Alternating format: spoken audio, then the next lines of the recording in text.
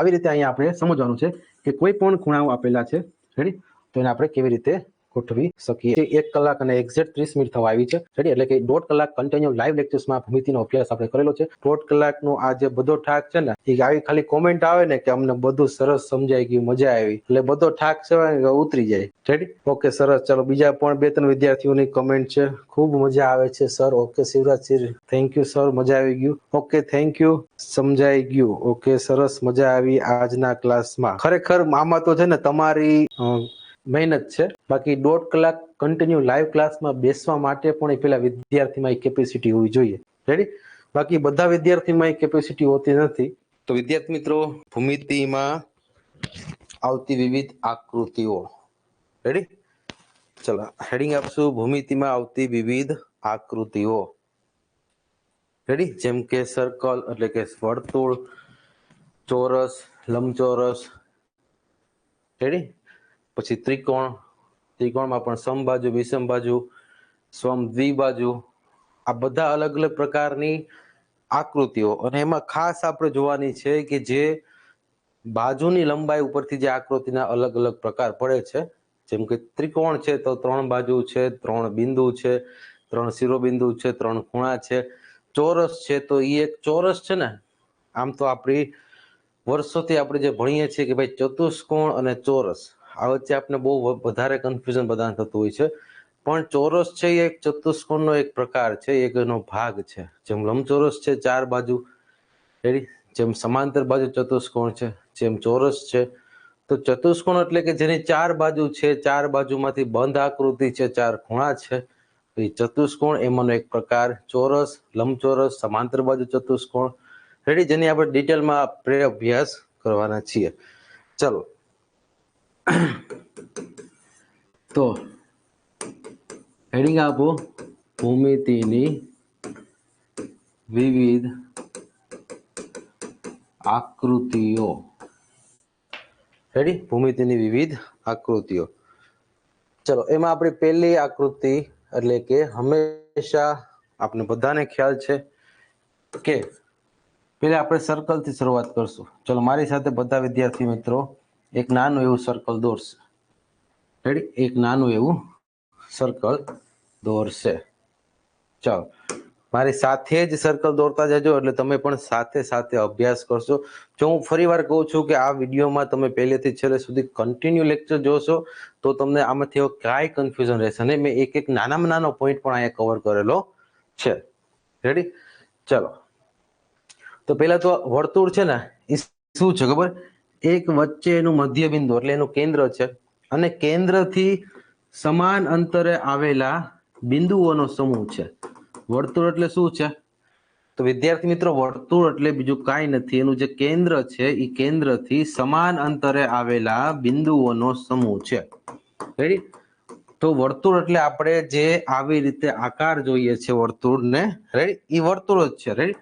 પણ એને આપણે કહેવાય ને કે એને આપણે વ્યાખ્યાની રીતે જોવું હોય તો શું લખવાનું? તો કે વર્તુળ એટલે કે કેન્દ્રથી સમાન અંતરે આવેલા બિંદુઓના સમૂહને વર્તુળ કહે છે, રેડી.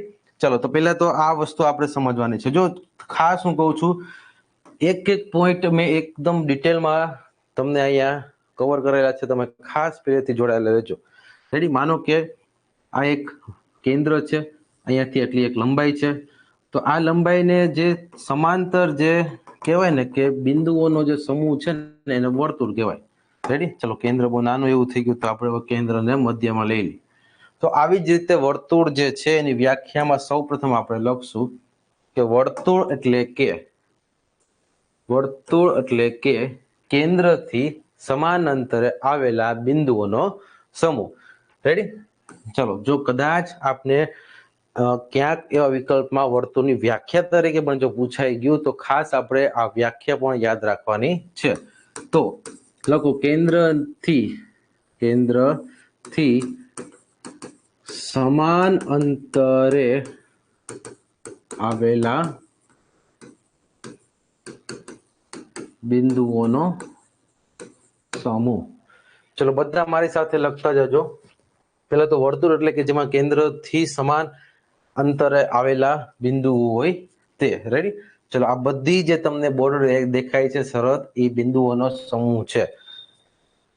ચલો પછી કેન્દ્રથી એક લીટી જો આપણે અડધી દોરી, રેડી, કેન્દ્રથી એ સમાન અંતર એટલે કે એક બિંદુ અહીંયા હોય, પછી એક બિંદુનો અહીંયા હોય, તો એક અહીંયા હોય, રેડી, એમ અલગ અલગ બિંદુઓથી આ સમૂહ રચાયેલો છે બિંદુઓનો, અને એમાંથી આખું સમાન અંતર, જો સમાન અંતર એટલે કે આ કેન્દ્રથી આ અંતર પણ સમાન છે, આ અંતર પણ સમાન છે, એમ આખું જે પણ વર્તુળની આ બોર્ડર તમે જુઓ છો એ બધા બિંદુઓ કેન્દ્રથી સમાન અંતરે છે, જેથી આપણે એમ વ્યાખ્યા કહી શકાય કે કેન્દ્રથી સમાન અંતરે આવેલા બિંદુઓના સમૂહને વર્તુળ કહે છે.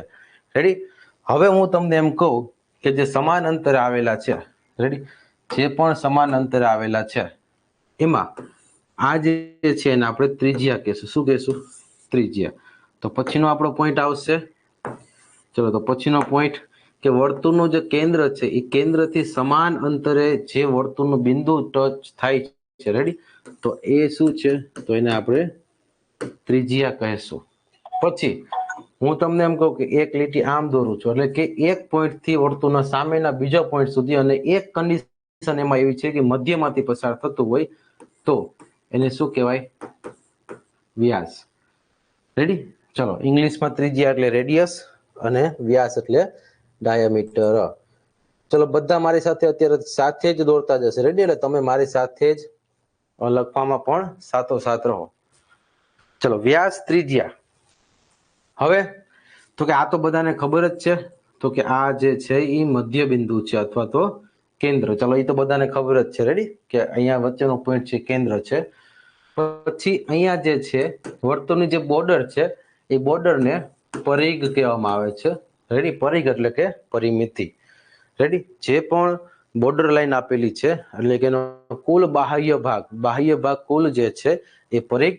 અને ત્યાર પછી માનો કે હું કોઈ પણ એક એવી રેખા દોરું, એવું એક રેખાખંડ દોરું કે જે વર્તુળના બે બિંદુને જોડે છે, પરંતુ ઈ રેખાખંડ મધ્યમાંથી પસાર થતો નથી. રેડી, ખાલી વર્તુળનું એક બિંદુથી વર્તુળના બીજા બિંદુ સુધી જોડાયેલું છે, પરંતુ મધ્યમાંથી પસાર થતું નથી. તો એવી રેખાખંડને અહીંયા જીવા કહેવામાં આવે છે. શું કહેવામાં આવે છે? જીવા. રેડી, આ બધા જે શબ્દો છે ને આપણે ખાસ યાદ રાખવાના છે. ચલો પહેલા તો બધા વિદ્યાર્થી મિત્રો અહીંયા આપેલા બધા જ શબ્દો લખશે.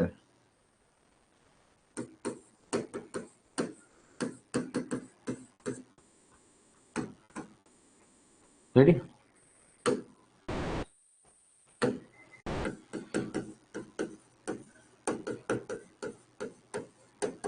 ચલો ઇંગ્લિશ નામ પણ લખેલા છે. રેડી, ચલો હવે આ પહેલા તો બધા વિદ્યાર્થી મિત્રો એક કહેવાય ને કે નોટ્સ તરીકે આપણે લખવાનું છે. રેડી, ખાસ આપણે એક એક વસ્તુનો અભ્યાસ કરવાનો છે. તો વર્તુળ એટલે વિદ્યાર્થી મિત્રો ખાલી જે તમે ગોળ સર્કલ જોવો છો એ વર્તુળ છે, વાત સાચી છે, પણ એમાં રહેલા બધા જ પોઈન્ટની વાત કરી. તો સૌ પ્રથમ વ્યાસ. તો વ્યાસ એટલે કે ડાયામીટર કોને કહેવાય? તો કે ડાયામીટર એટલે કે જે પણ રેખા વર્તુળના એક બિંદુથી સામેના બિંદુ સુધી પસાર થાય છે, પરંતુ એની એક કન્ડિશન છે કે વ્યાસ જે હશે ને એ હંમેશા કેન્દ્રમાંથી જ પસાર થશે. જ્યારે જીવા જે હશે ને, જીવા એ કેન્દ્રમાંથી પસાર નહીં થતી. આ બંને વચ્ચે ફરક ખાલી એટલો કે વ્યાસ છે એ ફરજિયાત કેન્દ્રમાંથી જ પસાર થવો હોવો જોઈએ. રેડી, અને જો કેન્દ્રમાંથી પસાર થશે ને તો વર્તુળના સમાન બે ભાગ પાડશે. જેવી રીતે આપણે જોઈએ તો આ રીતે હું કેન્દ્રમાંથી પસાર કરું તો એક આ ભાગ અને એક આ ભાગ, બે ભાગ બની ગયા. તો હંમેશા વ્યાસ જે છે ને કેન્દ્રમાંથી પસાર થાય છે, જેથી વર્તુળના બે ભાગ પાડે છે વ્યાસ.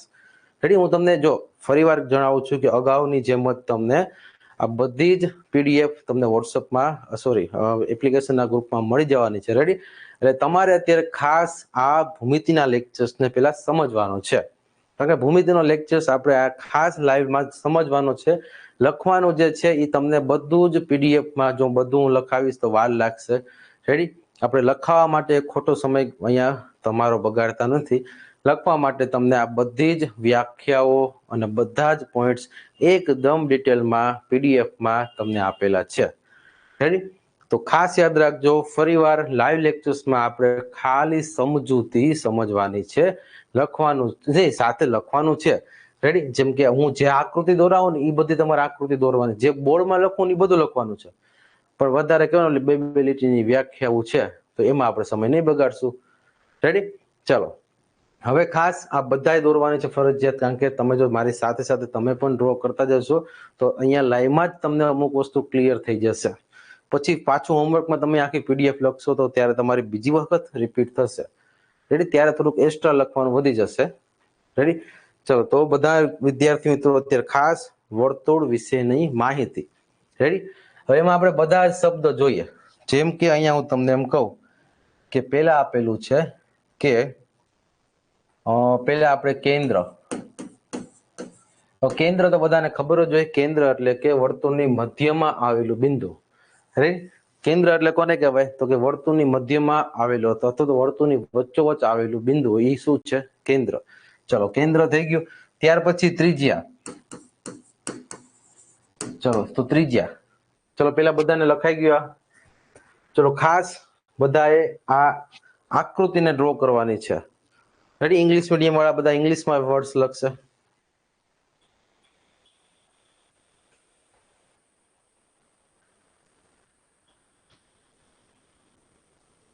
ચલો, પેલા બધા સાથોસાથ દોરી લેશે. રેડી? પછી હું તમને જો એક એક વસ્તુ લખાવીશ, તમારે સાથોસાથ એ પણ લખવાનું છે. ચલો, ખાસ બધા એક સર્કલ દોરો. સર્કલમાં આવી રીતે ત્રિજ્યા, વ્યાસ, પરિઘ, જીવા ની બધી લીટી જ્યાં જ્યાં કરેલી છે એ રીતે અહીંયા તમે પણ બુકમાં દોરો. રેડી? પછી આપણે એક એક વ્યાખ્યા લખશું. પછી માનો કે વ્યાસ એટલે કે ડાયામીટર, પછી તો કે પરિઘ, ઓકે, અને છેલ્લે જીવા. આ વર્તુળની આપણે 5 વસ્તુઓ સમજવાની છે.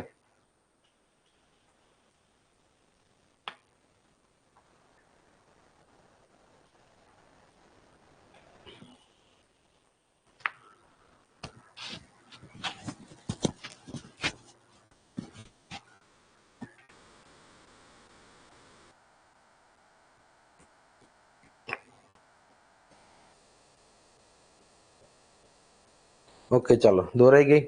ચલો, હવે આપણે પેલા છે ને થિયરીમાં આપણે મેઇન વસ્તુ થિયરી સમજશું. પેલા કેન્દ્ર એટલે કે વર્તુળની વચ્ચે આવેલું જે મધ્યબિંદુ છે કેન્દ્ર. ત્રિજ્યા એટલે કે વર્તુળની મધ્યબિંદુથી અથવા કેન્દ્રથી સમાન અંતરે આવેલા વર્તુળ પરના બિંદુ સુધીનું અંતર. રેડી? તો ત્રિજ્યા એટલે શું થશે? તો કે કેન્દ્રથી સમાન અંતરે આવેલા બિંદુ સુધીનું અંતર. રેડી? અંતર. તો ખાસ સમજજો, અહીંયા તમને શું કીધું છે?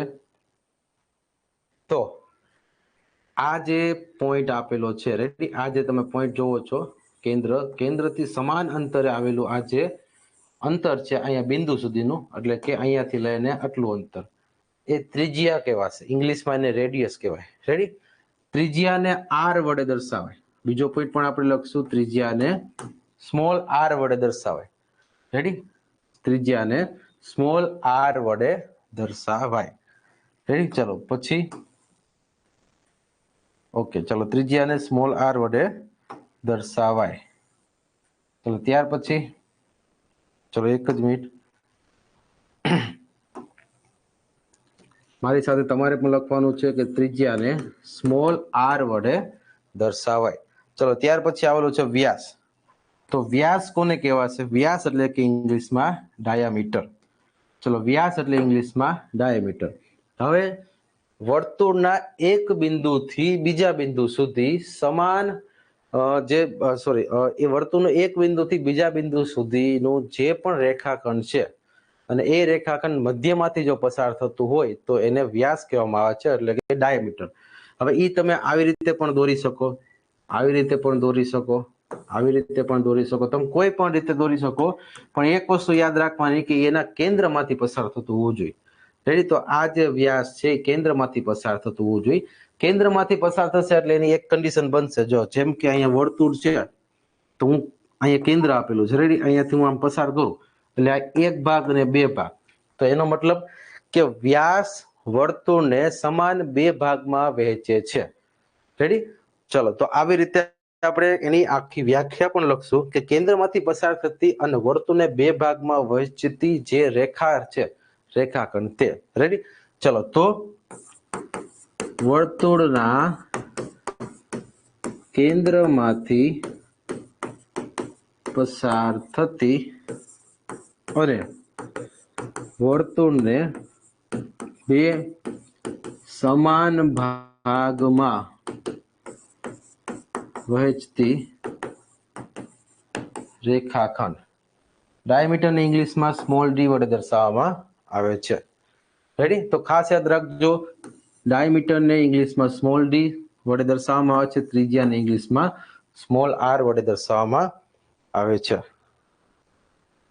રેડી, તો આવી રીતે અહીંયા આપણે ખાસ, જો હું ફરીવાર કહું છું જે વિદ્યાર્થીઓ નવા જોડાયેલા છે, આ જીઓમેટ્રિક્સ જે છે એ આપણે અહીંયા ખાલી સમજવાનું છે. એક એક પીડીએફ ની આનાથી પણ વધુ ડિટેલમાં લખેલી પીડીએફ તમને મળશે તમારા હોમવર્કમાં. એ સંપૂર્ણ પીડીએફ લખવાની છે. રેડી, અહીંયા જો આ તો હું એટલે લખાવું છું, આ બધી મેન વ્યાખ્યાઓ છે જે આપણે અત્યારે અહીં આકૃતિમાં પણ જોવાની છે અને સાથે સાથે એને વ્યાખ્યા તરીકે પણ જોઈએ છે. એટલે આ મેઇન પોર્શન છે. ચલો, પરિઘ એટલે કે વર્તુળની બોર્ડર, વર્તુળના છેડે જેટલો ભાગ, કુલ ભાગ વર્તુળનો છે એ શું કહેવાય? પરિઘ. રેડી, તો પરિઘ એટલે કે પરિમિતિ, પરિમિતિ એટલે કે વર્તુળનો જે સરહદ છે એની જે બોર્ડર છે એ અહીંયા પરિઘમાં આવશે. રેડી, ચલો તો ખાસ અહીંયા ફરીવાર આપણે એ જ પોઈન્ટથી સમજીએ તો આ એનું કેન્દ્ર, કેન્દ્રથી સમાન અંતરનું જે બિંદુ સુધીની જે લંબાઈ છે આ એની ત્રિજ્યા. રેડી, ત્રિજ્યા એટલે કે ઇંગ્લિશમાં રેડિયસ, અને તેથી એને આર વડે દર્શાવવામાં આવે છે. પછી કેન્દ્રમાંથી પસાર થતો જે રેખાખંડ છે અને વર્તુળને 1 અને 2 એમ સમાન ભાગમાં વહેંચે છે, તો આવા રેખાખંડને વ્યાસ કહેવામાં આવે છે, જેને ઇંગ્લિશમાં ડાયામીટર કહેવામાં આવે છે, જેને અહીંયા સ્મોલ ડી વડે દર્શાવવામાં આવે છે. ચલો, ત્યાર પછી કોઈ પણ અન્ય એક એવી રેખાખંડ જે વર્તુળના બે બિંદુઓને જોડતી હોય, એટલે કે આ જો એક બિંદુ અહીંયા અને એક બિંદુ અહીંયા, વર્તુળના બે બિંદુઓને જોડે છે પરંતુ કેન્દ્રમાંથી પસાર થતી ન હોવી જોઈએ, કેન્દ્રમાંથી પસાર થતી ન હોવી જોઈએ, તો એને શું કહેવાય? તો એને જીવા કહેવામાં આવે છે. રેડી, તો જીવાની વ્યાખ્યામાં લખશું કે વર્તુળના કોઈ પણ બે બિંદુઓને જોડતો રેખાખંડ જે કેન્દ્રમાંથી પસાર થતો ન હોય. રેડી, તમને પીડીએફમાં એકદમ પરફેક્ટ આ વ્યાખ્યા આપેલી છે. ફરીવાર સમજજો કે જીવા કોને કહેવાય? તો કે વર્તુળના કોઈ પણ બે બિંદુઓને જોડતો એક આ રેખાખંડ છે જે અહીંયા કેન્દ્રમાંથી પસાર ન થતો હોવો જોઈએ. જો કેન્દ્રમાંથી પસાર થતો હોય તો એને વ્યાસ કહેવામાં આવે છે, ડાયામીટર, અને એ સમાન બે ભાગમાં વહેંચે છે. રેડી, તો આ જીવા.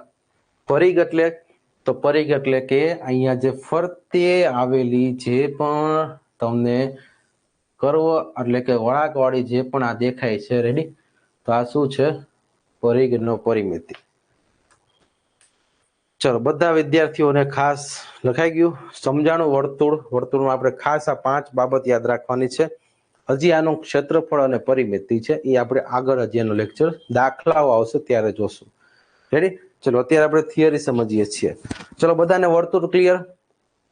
એટલે કે જે અત્યારે હાલમાં 5 પોઈન્ટ આપણે જોયા. રેડી, ચલો હવે વર્તુળ પૂરું, તો ત્યાર પછી આપણે હેડિંગ મારશું ત્રિકોણ એટલે કે ટ્રાયેંગલ.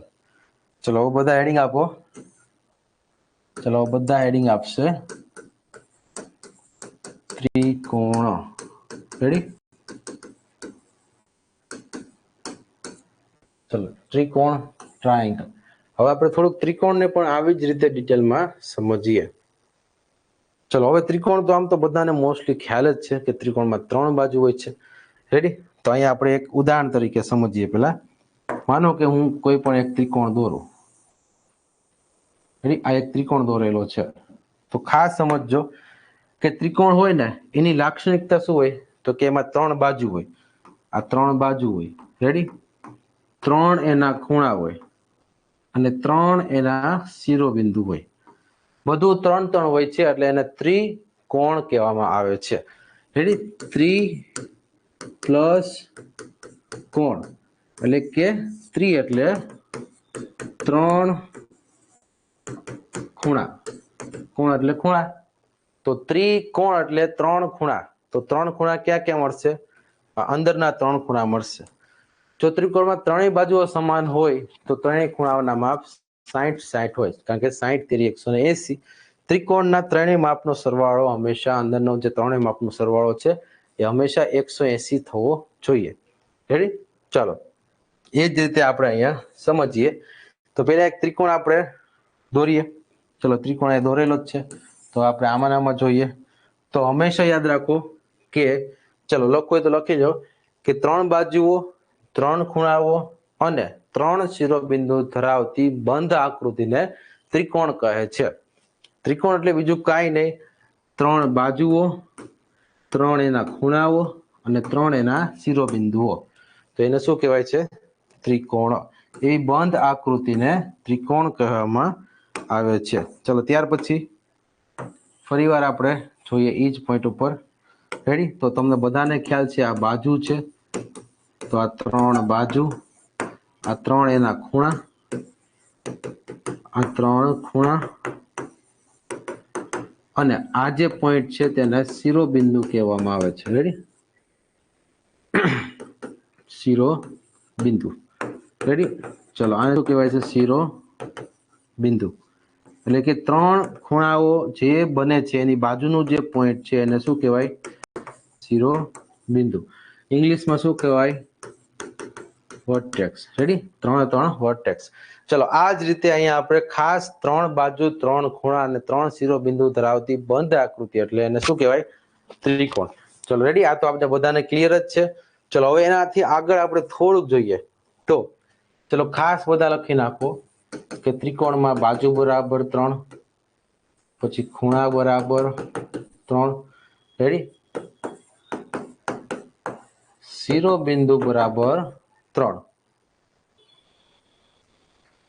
ચલો ખાસ જેથી એને બધા 3 ની જોડીમાં આપેલા છે, જેથી એને અહીંયા આપણે શું કહેશું, ત્રિકોણ. ચલો જલ્દીથી બધા આકૃતિ ડ્રો કરો અને જલ્દીથી થોડીક ઉતાવળ રાખજો લખવામાં.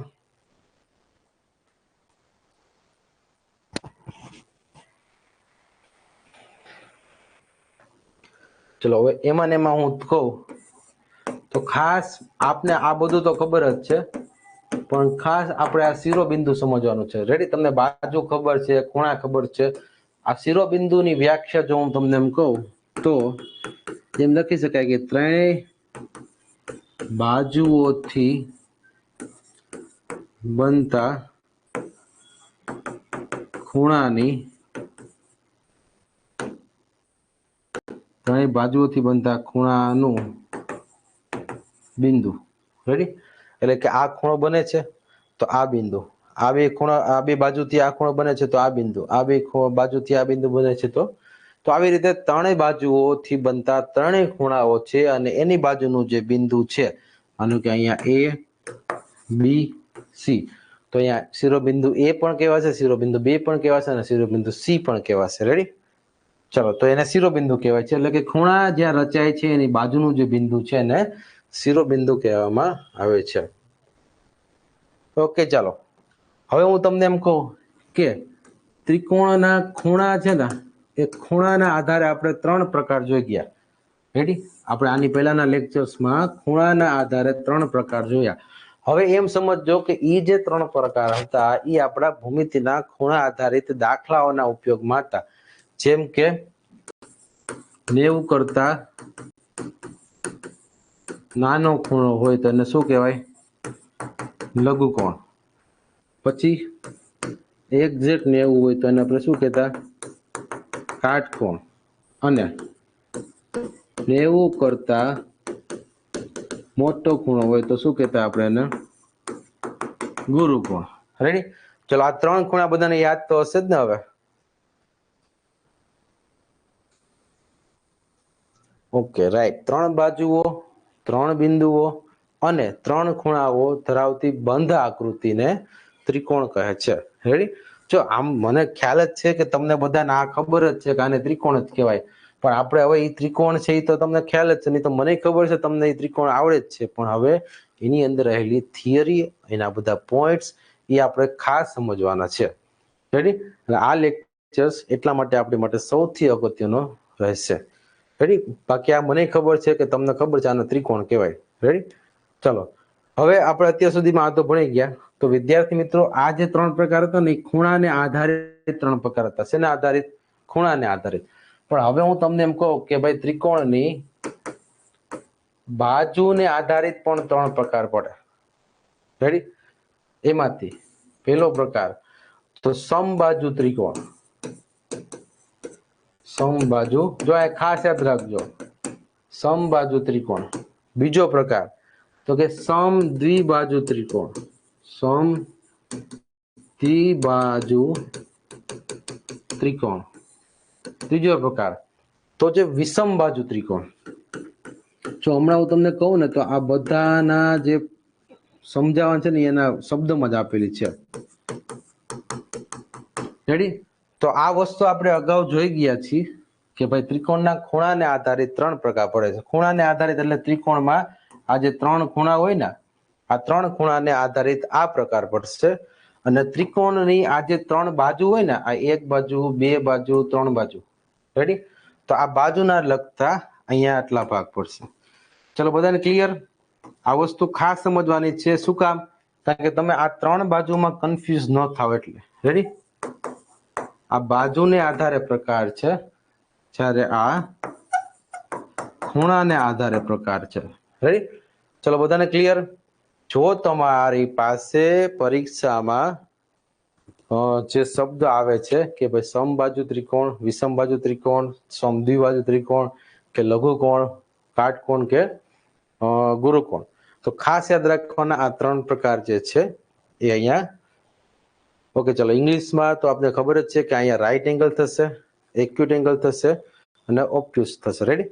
ચલો તો જો સમદ્વિબાજુ પ્રકાર, વિષમ બાજુ પ્રકાર અને સમબાજુ અને વિષમ.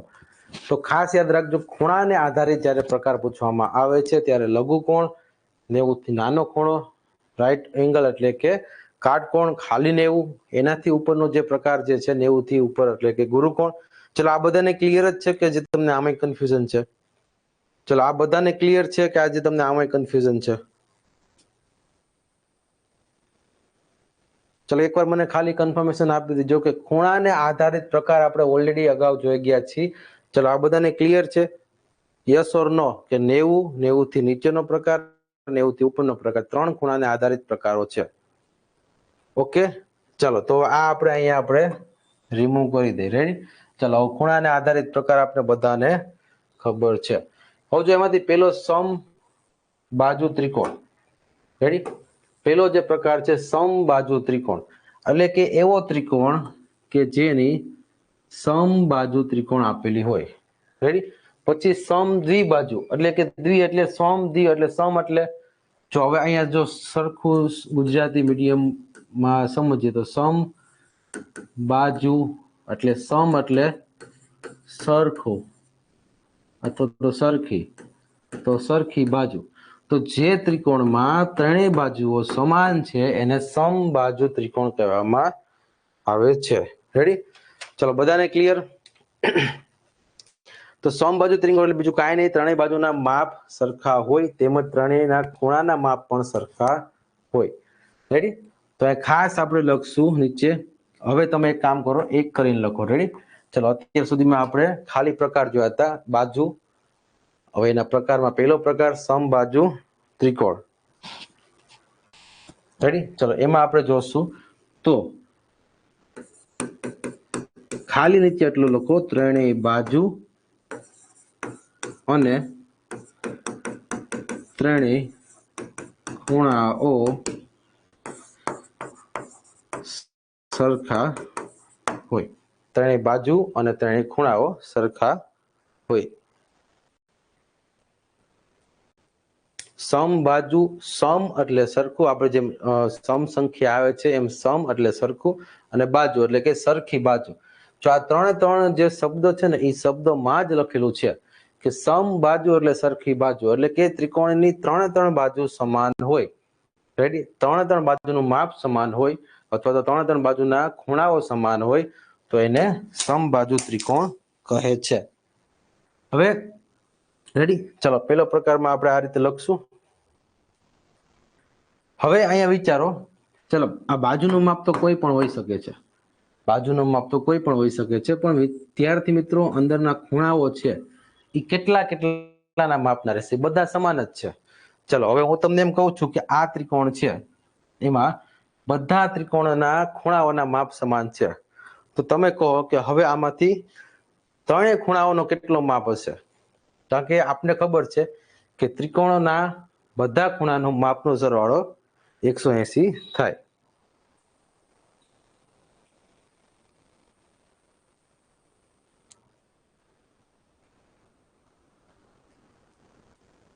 રેડી?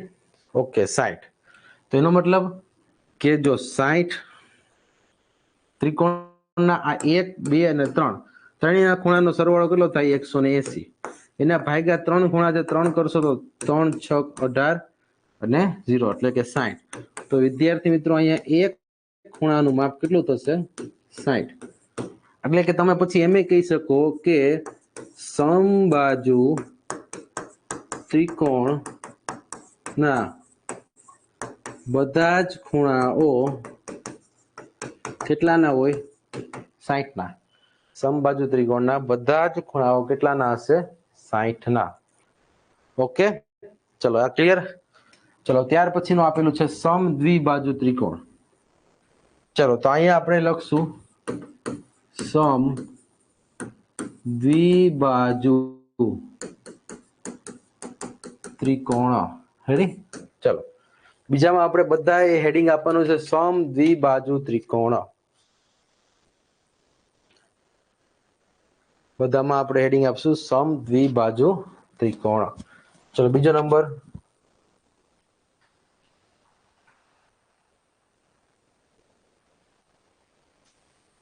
એટલે કે એવો ત્રિકોણ, માનો કે હું અહીંયા આ રીતે બનાવું. રેડી? ચલો તો આમાં તમને જોવામાં એવું લાગશે કે આ બંને બાજુ સમાન છે અને આ બાજુ એક નીચેની બાજુ મોટી છે, ઉપરની બંને બાજુ સમાન છે. તો એવો ત્રિકોણ જેમાં સમ દ્વિબાજુ હોય, એટલે કે સમ પ્લસ દ્વિ પ્લસ બાજુ, એટલે કે માત્ર બે બાજુઓ સમાન હોય. રેડી? તો સમ દ્વિબાજુનો અર્થ એવો થાય કે સમ દ્વિ એટલે બે, સમ એટલે સરખી, તો કે બાજુ સમ દ્વિબાજુ એટલે કે કોઈ પણ બે બાજુઓ સમાન હોય. ત્રિકોણમાં કુલ 3 બાજુઓ હોય છે, એમાંથી કોઈ પણ બે બાજુઓ જો સમાન હોય અને એક બાજુ મોટી હોય અથવા નાની હોય તો એવી ત્રિકોણની જોડને શું કહેવામાં આવે છે? સમ દ્વિબાજુ. તો ખાસ યાદ રાખશું આપણે કે ત્રિકોણમાં જો 3 બાજુઓ સમાન હોય તો એને સમબાજુ ત્રિકોણ કહે છે. પછી એવી જ રીતે માનો કે બે બાજુઓ સમાન હોય ને એક બાજુ મોટી હોય. હવે તમને ખબર કેમ પડશે? તો તમને પરીક્ષામાં છે ને આ બંને 9 ની બાજુ આપેલી હોય, આ બાજુ 10 ની આપેલી હોય. રેડી? જ્યારે આમાં તમને બધી 5-5 સેન્ટીમીટરની બાજુ આપેલી હોય. રેડી? એટલે તમારે એમ સમજવાનું, આમ તમારે ત્રિકોણમાં કઈ લીટી મોટી છે અને કઈ લીટી નાની છે એવું નથી વિચારવાનું. તમારે દાખલા ગણતી વખતે આ બે બાજુનું માપ તમને 9 સેન્ટીમીટર આપેલું હોય, નીચેનું માપ તમને 10 સેન્ટીમીટરનું આપેલું હોય. એનો મતલબ એવો થાય કે આ બંને બાજુઓ સમાન છે અને એક બાજુ મોટી છે, તો સમ દ્વિબાજુ થઈ. અહીંયા બધી બાજુઓ 5-5 સેન્ટીમીટરની આપે છે, તો એનો મતલબ કે બધી બાજુઓના માપ સરખા છે, તો એનો મતલબ કે આ સમબાજુ ત્રિકોણ છે. તો પરીક્ષામાં આપણે દાખલા ગણતી વખતે આપણે આ બાજુઓના માપના જોઈ અને આપણે વિચારવાનું કે આ 3 બાજુઓના જે પ્રકાર છે સમ દ્વિબાજુ કે સમબાજુ કે પછી વિષમ બાજુ, એમાંથી કયો પ્રકાર છે. કુલ 3 જ પ્રકાર આવશે. બાજુઓને લગતો કોઈ દાખલો પૂછાશે તો એમાં કુલ 3 પ્રકાર આવશે.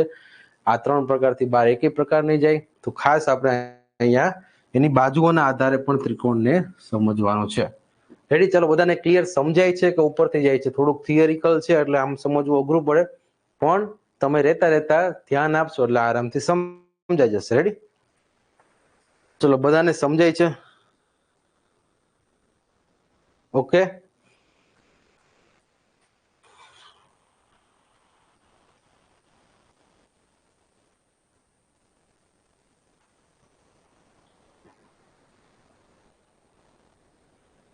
ઓકે, ચાલો.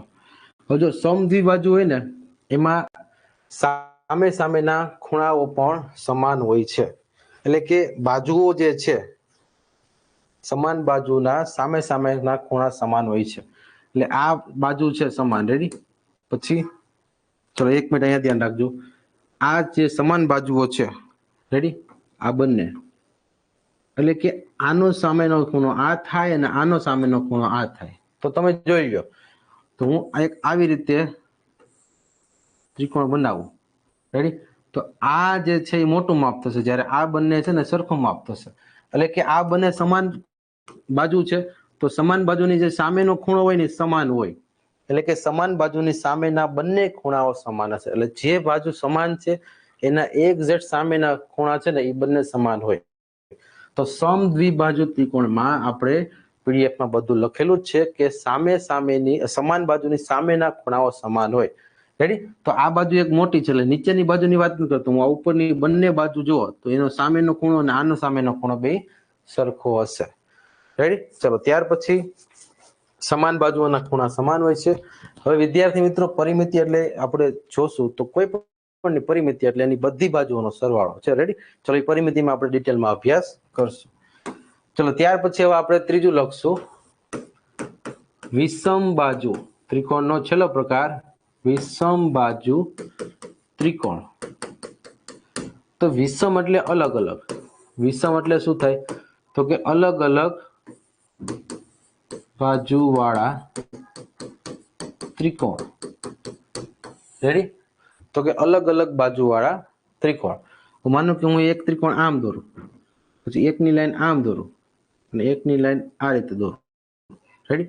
તેનો મતલબ આ બાજુ અલગ છે, આ બાજુ અલગ છે અને આ બાજુ અલગ છે. રેડી? ત્રણ બાજુઓ અલગ પડશે. રેડી? ચલો, ફરીથી કોઈ પણ એક એવો ત્રિકોણ છે જેની ત્રણેય બાજુ અલગ છે. આ ખૂણો માનો કે 4 માપ છે, આનું માનો કે 5 છે, આનું માનો કે 6 છે. તો આની લંબાઈ 4 સેન્ટીમીટર છે, આની 5 છે, આની 6 છે. એવી રીતે તમે પરીક્ષામાં દાખલામાં ઉપર સેન્ટીમીટર લખેલા હશે, જેના આધારે તમારે ઓળખવાનું છે કે કઈ બાજુ નાની છે અને કઈ બાજુ મોટી છે. એટલે ટૂંકમાં કહેવાનું એમ છે કે આ ત્રણેય અલગ અલગ માપ ધરાવે છે. તો એવા ત્રણેય બાજુઓની અલગ અલગ માપ ધરાવતા ત્રિકોણને વિષમ બાજુ ત્રિકોણ કહેવામાં આવે છે. ચલો, ક્લિયર બધાને? રેડી? તો આમાં નીચે લખવાનું છે ખાલી કે ત્રણેય બાજુઓ અલગ અલગ હોય તો ત્રણેય ખૂણાઓ પણ અલગ અલગ બનશે. રેડી? જો આ ખૂણો અલગ હશે, આ ખૂણો અલગ હશે અને આ ખૂણો પણ અલગ હશે. એટલે કે ત્રણેય બાજુઓ અને ત્રણેય ખૂણાઓના માપ પણ અલગ અલગ હશે. રેડી? ચલો, બધાને ક્લિયર? તો એકવાર આપણે ત્રિકોણની બાજુઓ અને એના ખૂણાઓ બંનેનું આપણે તફાવતની રીતે એકવાર રિવિઝન કરી લઈએ. રેડી? ચલો, તો અહીંયા ત્રિકોણના ખૂણાને આધારે પ્રકાર એ પણ 3 છે અને ત્રિકોણના બાજુને આધારે પ્રકાર એ પણ 3 છે. રેડી? એક પ્રકાર છે લઘુકોણ, જેમાં 90 કરતા નાનો ખૂણો હોય છે. એક પ્રકાર છે માત્ર 90 અને એક પ્રકાર છે 90 કરતા મોટું માપ. રેડી? તો આ લઘુકોણ, કાટકોણ, ગુરુકોણ. રેડી? પછી સમબાજુ એટલે કે ત્રણેય બાજુના માપ સરખા હોય. સમદ્વિબાજુ એટલે કે કોઈ પણ બે બાજુના, જો અહીંયા હું આ રીતે લખું ને તો એનો મતલબ જો બે લીટા મેં આમાંય કર્યા ને આમાંય કર્યા, એટલે 3 માં બે લીટા શું કામ કર્યા? કારણ કે 3 ની બાજુના માપ સરખા છે, ની લંબાઈ. હવે આમાં હું અહીંયા બે કરીશ અને અહીંયા બે કરીશ અને અહીંયા હું એક જ કરીશ. શું કામ? કારણ કે આ એક લંબાઈ આ બે કરતા અલગ છે. આ બંને લંબાઈ છે ને, આ બંને લંબાઈ સમાન છે, એટલે એમાં બંનેમાં બે લીટા કર્યા છે. રેડી? આ બે કરતા આ અલગ છે એટલે એમાં એક જ લીટો કર્યો, એટલે બેની અલગ અલગ નિશાની રાખી છે. એટલે એનો મતલબ કે બે બાજુમાં સરખી નિશાની હોય તો એ બંને સમાંતર છે, એ રીતે આપણે આવી રીતે દર્શાવી શકીએ. ઓકે, ચલો પછી વિષમ બાજુ એટલે કે ત્રણેય ખૂણાના માપ અલગ અલગ હોય. જો અહીં મેં 1 લીટો કર્યો, અહીં 2 લીટા કર્યા, અહીં 3 લીટા કર્યા, એટલે એનો મતલબ ત્રણેય બાજુઓના માપ અલગ અલગ છે. ચલો બધાને ક્લિયર? ખૂણાઓના રીતે પૂછાય તો 90 થી નાનો, 90 અને 90 થી મોટો, આ 3 પ્રકાર. અને બાજુના આધારે પ્રકાર પૂછાય તો ત્રણેય બાજુ સમાન હોય, કોઈ બે બાજુ સમાન હોય કે ત્રણ બાજુઓ અલગ હોય. ચલો બધાને ક્લિયર? એકવાર યસ ઓર નો કરી દો, કારણ કે તમને ખાસ આ વસ્તુ ક્લિયર સમજાવવી જોઈએ કે હવે આપણે 3 બાજુમાં ત્રિકોણ, 4 બાજુમાં ચોરસ, લંબચોરસ, ચતુષ્કોણના પ્રકાર અલગ અલગ. રેડી? ચલો તો આવી રીતે આપણે ઓળખવાનું છે. ચલો પછી એક બીજો પોઈન્ટ આવે છે મધ્યગા. તો વિદ્યાર્થી મિત્રો, મધ્યગા કોને કહેવાય છે? તો મધ્યગા એટલે કે હું જો કોઈ પણ ત્રિકોણ દોરું, રેડી, કોઈ પણ ત્રિકોણ આપણે દોરીએ તો ત્રિકોણની જે ખૂણો છે ને, ત્રિકોણનો જે ખૂણો, એનાથી તમે સીધી રેખા સામેની બાજુ ઉપર લઈ જાઓ. ખૂણાએથી તમે સીધી સામેની બાજુ ઉપર જે રેખાખંડને લંબાવો છો, રેડી, તો આ જે છે એ એની મધ્યગા થશે. પછી હું આ ખૂણાની વાત કરું તો આ ખૂણામાં સામેની બાજુમાં મધ્ય બિંદુ ઉપર જશે. પછી આ ખૂણાની વાત કરું તો આ ખૂણો ક્યાં જશે? તો સામેની બાજુનું મધ્ય બિંદુ બનશે. તો આ એની મધ્યગા થશે. એટલે કે ત્રિકોણના કોઈ પણ શિરોબિંદુથી તેની સામેની બાજુના મધ્ય બિંદુ સુધી દોરેલા રેખાખંડને ત્રિકોણની મધ્યગા કહે છે. ફરીવાર, એટલે કે ત્રિકોણના કોઈ પણ બિંદુ, જો ખાસ સમજો, ત્રિકોણના કોઈ પણ બિંદુ એટલે શિરોબિંદુ, રેડી, આ શિરોબિંદુ, માનો કે આ જવાબમાં અહીં આપણે મૂકી દઈએ કે આ એ છે, આ બી છે, આ સી છે, રેડી. ચલો તો આ એ જે છે એની પાસે એક આ ખૂણો રચાય છે. આ ખૂણો રચાય છે એટલે મધ્યગા થઈ, સોરી, શિરોબિંદુ થયું. તો ત્રિકોણના કોઈ પણ એક શિરોબિંદુથી તેની સામેની બાજુ એટલે આ બીસી થઈ, આ બીસી રેખા થઈ, સામેની બાજુ રેખાખંડ, તો એના મધ્ય બિંદુ સુધી જે રેખાને તમે લંબાવો છો એ રેખા મધ્યગા કહેવાશે. હવે જો અહીંયા માનો કે મારે હું પી નામ આપું તો રેખાખંડ બીસી ની મધ્યગા એપી થશે. એવી રીતે દર્શાવાય, કારણ કે મધ્યગા એ થી પી સુધીની છે તો બીસી ની મધ્યગા એપી થશે. એવી રીતે કોઈ પણ શિરોબિંદુ, આ શિરોબિંદુથી અહીંયા સમાન લઈ જાઓ, એક યાદ રાખો ને, સેન્ટરમાંથી પસાર થવું જોઈએ. તો આવી રીતે જે વચ્ચેથી નીકળતી લાઈન, જે શિરોબિંદુથી નીકળતી સામેની બાજુ સુધીની જે લાઈન છે તેને મધ્યગા કહેવામાં આવે છે. રેડી? પીડીએફમાં તમને વ્યાખ્યા સહિત બધું ડિટેલમાં લખેલું છે. ચલો હવે અહીંયા સુધી કોઈને પ્રોબ્લેમ? ચલો હવે અહીંયા સુધીમાં કોઈને કઈ પ્રોબ્લેમ હોય તો યસ ઓર નો માં મને એકવાર કન્ફર્મેશન આપશે. રેડી? ચલો અહીંયા સુધીમાં કોઈ પણને કાંઈ પણ પ્રશ્ન હોય તો મને યસ ઓર નો માં કન્ફર્મ આપશે. રેડી? એટલે મને ખ્યાલ આવે.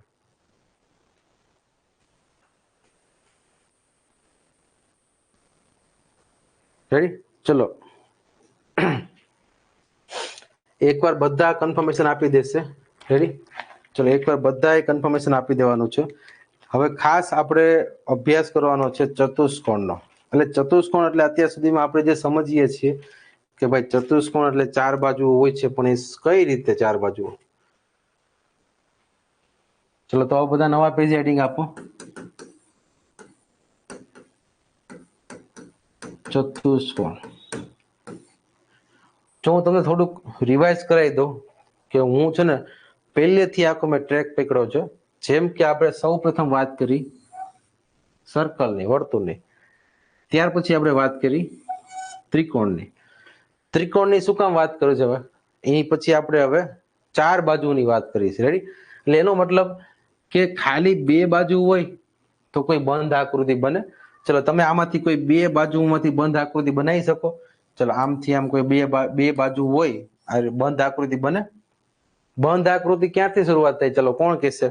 મારે કોઈ બંધ આકૃતિ બનાવવી છે તો ક્યાંથી શરૂઆત થાય? કેટલી બાજુઓ મિનિમમ હોવી જોઈએ? કોઈ પણ બંધ આકૃતિ બનાવવા માટે આપણી પાસે કેટલી બાજુ હોવી જોઈએ? ચલો મને બધા કમેન્ટમાં ઓકે 3 બાજુ હોવી જોઈએ. રેડી? તો એનો મતલબ કે આપણે પહેલા સર્કલની ડિટેલમાં એના બધા પોઈન્ટ જોયા, ત્રિકોણ મીન્સ કે ત્રિજ્યા, વ્યાસ, જીવા, પરિઘ, કેન્દ્ર. રેડી? ચલો, એની પછી આપણે ત્રિકોણ જોયું, કારણ કે બે બાજુથી બનતી અથવા તો એક બાજુથી બનતી કોઈ આકૃતિ આવે છે. ચલો, એક બાજુથી બનતી અથવા બે બાજુથી બનતી કોઈ આકૃતિ તમે જીઓમેટ્રિકમાં અત્યાર સુધીમાં જોઈ છે ભૂમિતિમાં? રેડી?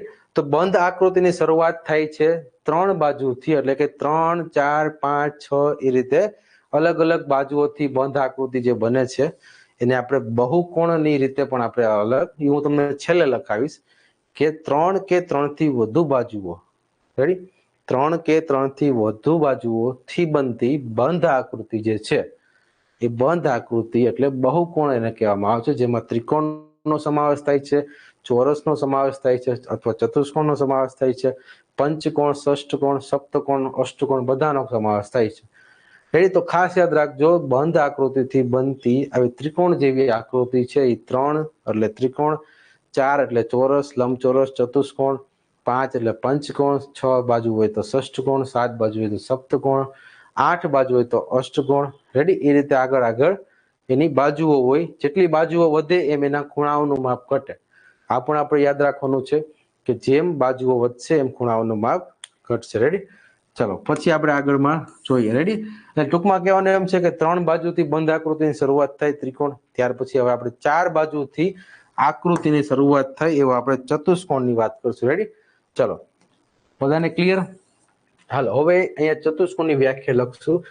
તો લખો, ચાલો, ચતુષ્કોણ એટલે કે 4 બાજુ, 4 ખૂણા અને 4 શિરોબિંદુ હોય તે બંધ આકૃતિ. ચતુષ્કોણ એટલે કે 4 બાજુ, 4 ખૂણા અને 4 શિરોબિંદુ. એમાં પછી તમે કોઈ ચોરસનો પણ સમાવેશ કરી શકો, કોઈ લંબચોરસનો પણ સમાવેશ કરી શકો. રેડી? કોઈ આવી સમાંતર બાજુ ચતુષ્કોણનો પણ સમાવેશ કરી શકો.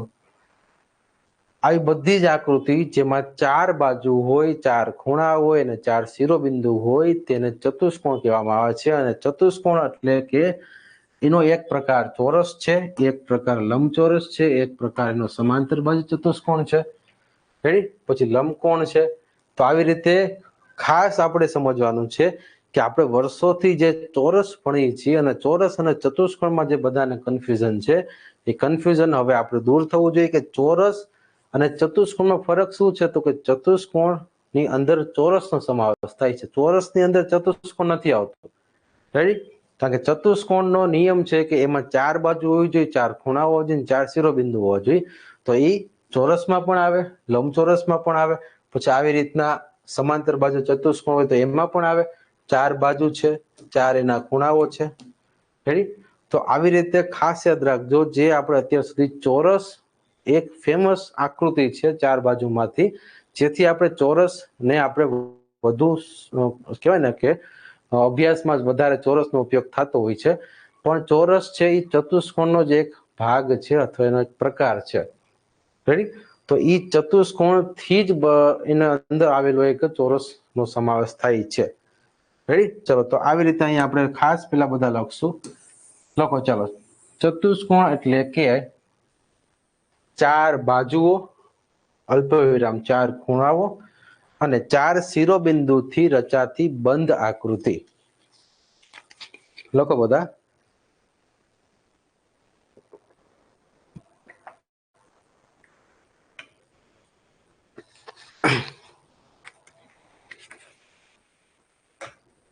ઓકે? તો ફોર એક્ઝામ્પલ આપણે કોઈ પણ આકૃતિ એવી દોરવી. રેડી? જેમાં 1, 2, 3, 4. તો બાજુ કેટલી છે? તો કે બાજુ બરાબર 4 હોવી જોઈએ. એના ખૂણા કેટલા છે? તો કે એના ખૂણા 4 હોવા જોઈએ. રેડી? તો એના ખૂણા પણ કેટલા છે? 4. પછી તો કે આ એના શિરોબિંદુ છે. શિરોબિંદુ એટલે કોર્નરમાં આવેલા જે બિંદુઓથી ખૂણો રચાય છે તે. તો શિરોબિંદુ પણ કેટલા હોવા જોઈએ? તો કે શિરોબિંદુ પણ 4 હોવા જોઈએ. હવે ખાસ સમજજો, સામે સામેના ખૂણાઓને જે જોડતો રેખાખંડ છે ને એને વિકર્ણ કહેવામાં આવે છે. શું કહેવામાં આવે છે? વિકર્ણ. રેડી? તો વિકર્ણ કેટલા હોવા જોઈએ? તો વિકર્ણ 2. આટલી વસ્તુઓ હોય ને એને ચતુષ્કોણ કહેવાય. ચલો લખી નાખજો બધા. ચલો ઇંગ્લિશ મીડિયમ વાળા ખાસ લખશે. જે વિકર્ણ છે એને ઇંગ્લિશમાં ડાયાગોનલ કહેવામાં આવે છે. રાઈટ? ચલો બાકી બધા વર્ડ્સ તો તમને ખ્યાલ જ છે. બાજુ એટલે સાઇડ્સ, ખૂણા એટલે એંગલ, શિરોબિંદુ એટલે વર્ટેક્સ, અને અહીંયા એક નવો શબ્દ આવ્યો છે વિકર્ણ. વિકર્ણ એટલે કે બંને શિરોબિંદુઓને જોડતો જે રેખાખંડ વચ્ચેનો ક્રોસ જે છે એ ક્રોસ એ અહીંયા વિકર્ણ કહેવાશે.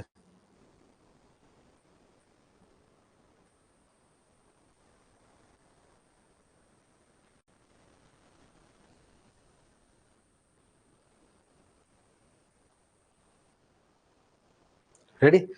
ચલો તો નવો શબ્દ વિકર્ણ. વિકર્ણ એટલે બીજું કાંઈ નથી કે જે ચાર ખૂણાઓ છે એ ચારે ચાર ખૂણાઓને જે ક્રોસમાં જોડે છે. રેડી? ક્રોસમાં જે જોડે છે એવો રેખાખંડ એટલે વિકર્ણ. તો હંમેશા યાદ રાખજો ચતુષ્કોણ હોય છે એટલે કે ચાર બાજુ ચાર ખૂણા ચાર શિરોબિંદુ હોય છે. તો આવા ચાર ચાર ચાર ચાર ચાર હોય છે એને ચતુષ્કોણ કહેવાય છે. રેડી? અથવા તો ચતુર્ભાજ, જો હિન્દીમાં આને શું કહેવાય ખબર? ચતુર્બાજુ. ચતુર્બાજુ તો નહીં, પણ હિન્દીમાં છે ને આને ચતુર્ભુજ કહેવામાં આવે છે. શું કહેવાય છે? ચતુર્ભુજા.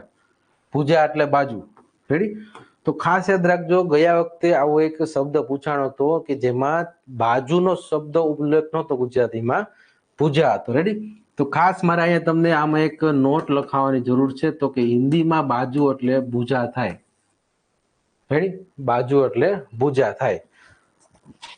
તો આ ખાસ લખી નાખજો. ચતુર્બાજુ, સોરી ચતુર્બાજુ તો ન આવે, પણ ચતુર્ભુજ એવો શબ્દ આવશે. શું આવશે? ચતુર્ભુજ. ચતુર્ભુજ એટલે એની ચાર ભુજા. ચતુર એટલે ચાર, ભુજા એટલે એની બાજુ, એટલે ચાર બાજુ વાળો ત્રિકોણ. રેડી? તો આ હિન્દી શબ્દ છે જેને આપણે ખાસ આની સાથે અત્યારે નોટ્સમાં લખવાનો છે, કારણ કે આપણી પરીક્ષામાં ઘણીવાર હિન્દી શબ્દોમાં પણ પૂછાયેલું છે. રેડી? તો ખાસ સમજશું કે ચતુર એટલે કે ચતુર્ભુજ એટલે કે ચાર બાજુ વાળો જે આપણે જે સમબાજુ જોઈએ છે તે.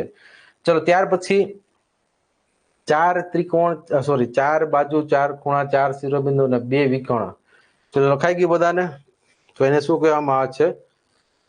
ચતુષ્કોણ. ચાલો બધા પેલા છે ને આકૃતિ દોરશે અને એની બાજુમાં લખી નાખશે. રેડી? આપણે જો અત્યારે સમજૂતી છે ને એમાં આપણે કાંઈ બબે ત્રણ લીટીના મોટા મોટા વાક્ય લખવા નથી. અત્યારે ખાલી પ્રેમથી સમજવાનું છે, અને જે હું અહીં લખું ને તમારે લખવાનું છે સાથે સાથે રફબુકમાં.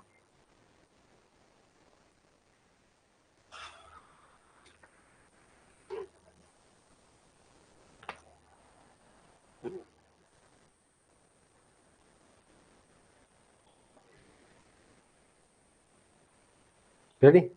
ચલો હવે એક યાદ રાખજો. જો હવે હું હે ને ચતુષ્કોણ લખું છું અહીંયા, ચતુષ્કોણ.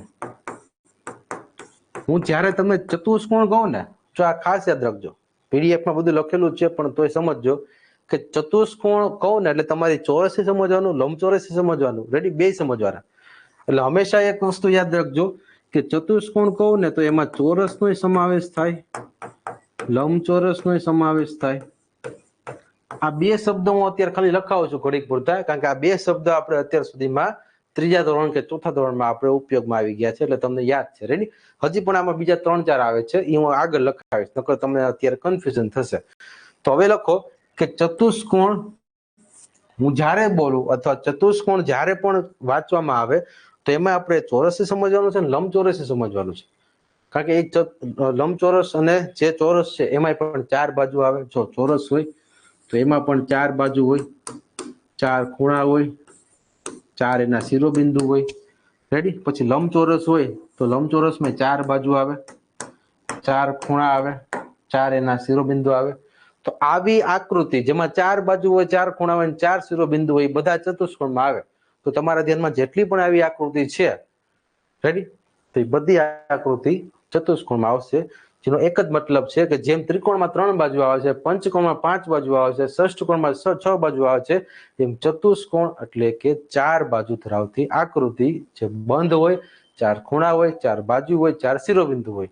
રેડી? તો પહેલેથી સમજો, પહેલા આપણે વર્તુળ જોયું, સર્કલ, પછી આપણે ત્રિકોણ જોયો, તેમાં 3 બાજુ છે. ચતુષ્કોણ હવે જોઈએ છે, તેમાં 4 બાજુ છે. હવે પંચકોણ જોશું, પછી ષષ્ઠકોણ જોશું, અષ્ટકોણ જોશું, બધાના ખૂણા જોશું, બધાના ખૂણાના સરવાળા જોશું.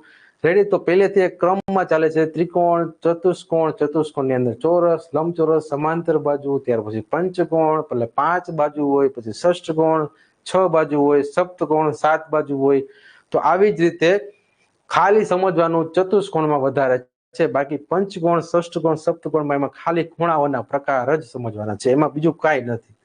રેડી? કે પંચકોણમાં બધા ખૂણાઓના માપ કેટલા હોય, ષષ્ઠકોણમાં બધા ખૂણાઓના, કારણ કે આપણે ખૂણાઓ પૂછવાના છે નવોદયમાં, તો આ ખબર હોવી જોઈએ. રેડી? ખાલી ચતુષ્કોણમાં થોડુંક 2-3 પોઈન્ટ આપણે અભ્યાસ કરશું. ઓકે, ચાલો, ક્લિયર બધાને? ચલો, એકવાર અહીંયા સુધી ક્લિયર હોય તો એકવાર બધા ઓકે આપી દેજો. ચલો, ત્યાર પછી આનો જે પોઈન્ટ છે,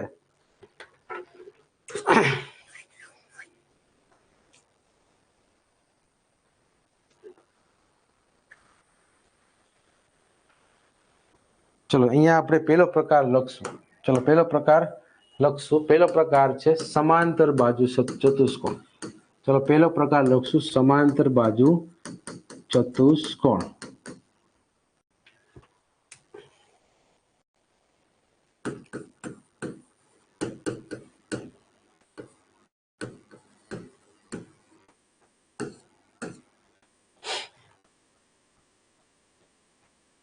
ચલો, હેડિંગ આપી દેજો બધા.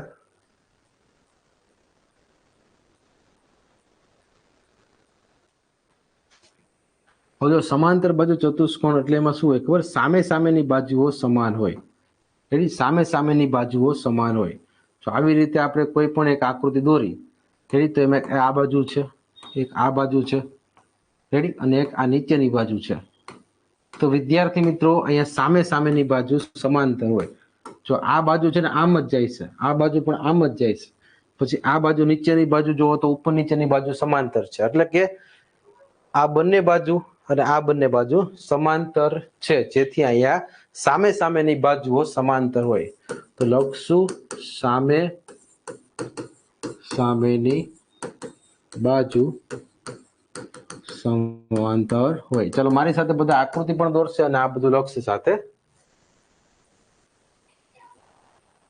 રેડી? હવે જો સમાંતરે હોય ઉપરાંત સરખી પણ હોય. કેવી હોય? તો કે સમાંતર તો હોય જ તે, પણ એ બંને બાજુ સરખી પણ હોય. જેમ કે અહીંયાથી લઈને અહીંયા સુધીનું જે અંતર આપેલું છે, એટલું જ અંતર આ બંનેનું હશે. રેડી? તો બંને આકૃતિ સરખી પણ હશે અને સમાંતર પણ હશે. સમાંતર એટલે કે બંને એક જ દિશામાં જતી હશે. એ બંને પછી ક્યાંય ભેગી થશે નહીં. ઉપરની જે છે એ ઉપર એમનો જ હશે. બેયનો ટ્રેક, રસ્તો છે એ અલગ અલગ છે. બંને આગળ ગમે ત્યાં સુધી જશે તો પણ ભેગી થશે નહીં, કારણ કે સમાંતરમાં, સમાંતર એટલે કે બંને વચ્ચેનું જે અંતર છે ને એ નિશ્ચિત છે. અહીંયા પણ આટલું અંતર હશે અને અહીંયા પહોંચશે ને તો પણ આટલું જ અંતર હશે. એમાં થોડુંક પણ આગા પાછું થશે નહીં. બંને વચ્ચેનું અંતર સમાન રહેશે. રેડી? જો અહીંયાથી આમ ફરતે તો આમ બે ભેગી નહીં થઈ જાય. આની રીતે આમ સીધી જ ફરશે, તેને સમાંતર કહેવાય. રેડી? ચલો, બધાય ખાસ અત્યારે બધા પોઈન્ટ લખવાના છે.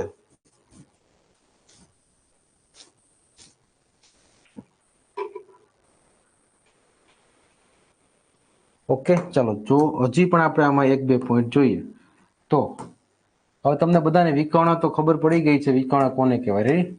તો જો અહીંયાથી હું આ વિકર્ણ દોરીશ અને અહીંયાથી હું આ વિકર્ણ દોરીશ. રેડી?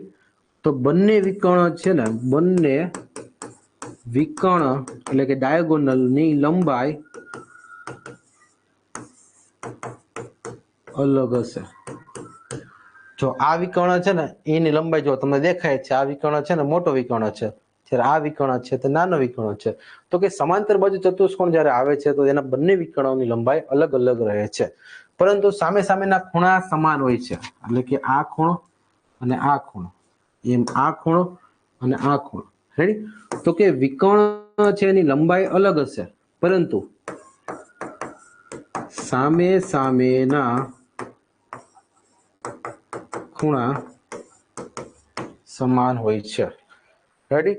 ચલો, હું તમને અત્યારે લેક્ચર્સમાં માત્ર મેન હાઇલાઇટ વસ્તુ છે એ જ ખાલી તમને લખવા આપીશ.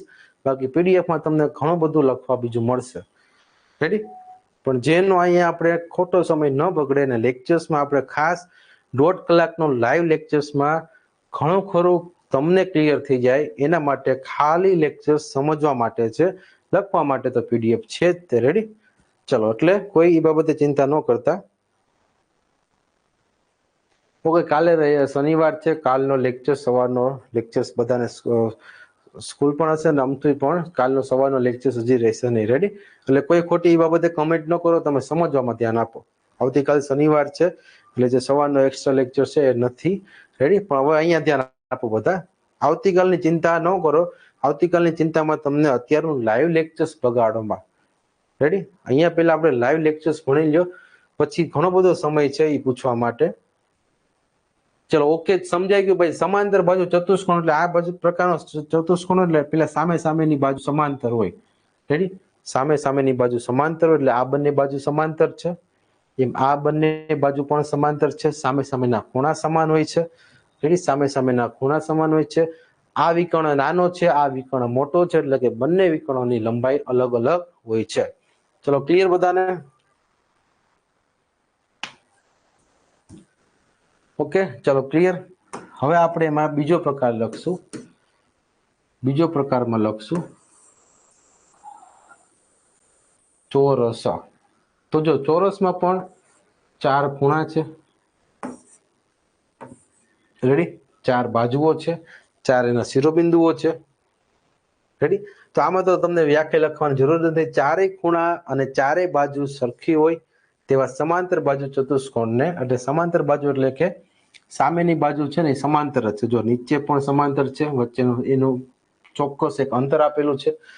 એટલે કે 4 બાજુ હોય, 4 ખૂણા હોય તેવા સમાંતર બાજુ ચતુષ્કોણને ચોરસ કહે છે. આ ચોરસની વ્યાખ્યા થઈ. ચોરસની વ્યાખ્યા શું થઈ? આ ચોરસની વ્યાખ્યા થઈ. રેડી? ચલો, તો હજી એમાં આપણે 2 વિકર્ણ લખશું. તો જો વિકર્ણની લંબાઈ ચોરસમાં સમાન હશે. રેડી? તો બંને વિકર્ણની લંબાઈ સમાન હોય છે.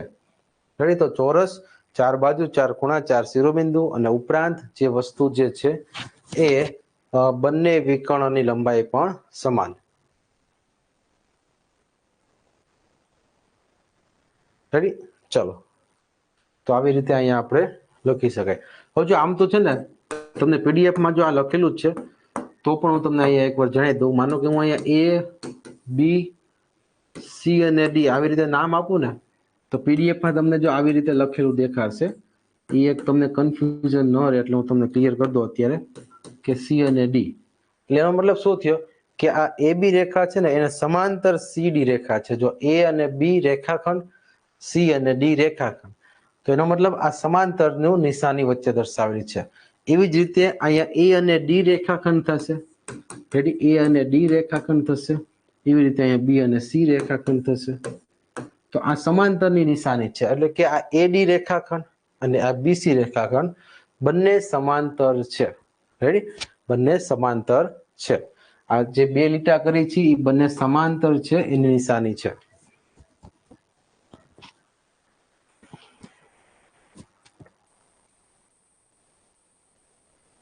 ચલો, બધાને ક્લિયર? બધાએ આકૃતિ ડ્રો કરીને લખવાની છે. રેડી? પછી વિકર્ણ છે તો A અને C, તો આપણે એમ કહી શકીએ કે વિકર્ણ AC અને BD સરખા છે. રેડી? જો A થી લઈને C અને B થી લઈને D આ બંને પણ સરખા છે.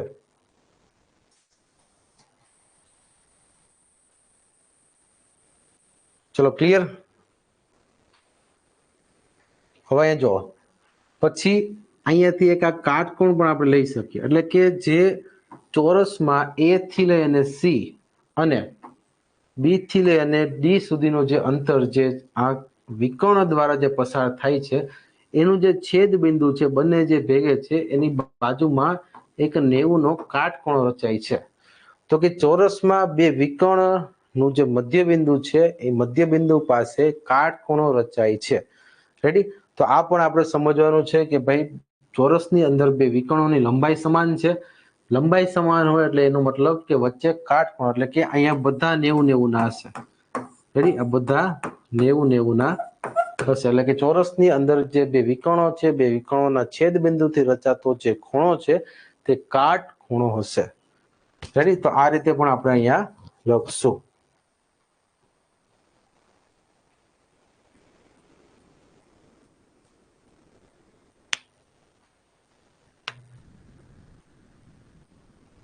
ચલો બધાને લખાઈ જાય એટલે એકવાર જો હું ખાસ કહું છું, પીડીએફમાં તમને અહીંયા હું મેઇન વસ્તુ સમજાવું છું. પીડીએફમાં ઘણું બધું બીજું એક્સ્ટ્રા પણ લખેલું છે, જે તમને આરામથી આ બધું સમજાઈ ગયું હશે ને તો એ આરામથી સમજાઈ જશે. રેડી? એટલે ટૂંકમાં પીડીએફમાં તમે સમજી શકો કે હું અહીંયા એક એક વસ્તુ લખાવું તો તમારે થોડીક સમયગાળો લાગે, એથી હું તમને પીડીએફ ડાયરેક્ટ આપી દઈશ. એમાં જે લખાણ છે તમે બધું આરામથી લખી શકો છો. મેઇન વસ્તુ અહીંયા હું ખાલી હાઇલાઇટ કરું છું, અને તો પણ છતાં કોઈને કંઈ કન્ફ્યુઝન રહી તો મને એની ટાઈમ તમ તારે બીજી વાર લાઈવમાં પણ પૂછી શકે છે. ચલો પછી 3rd નંબરમાં લખશું આપણે લંબચોરસ.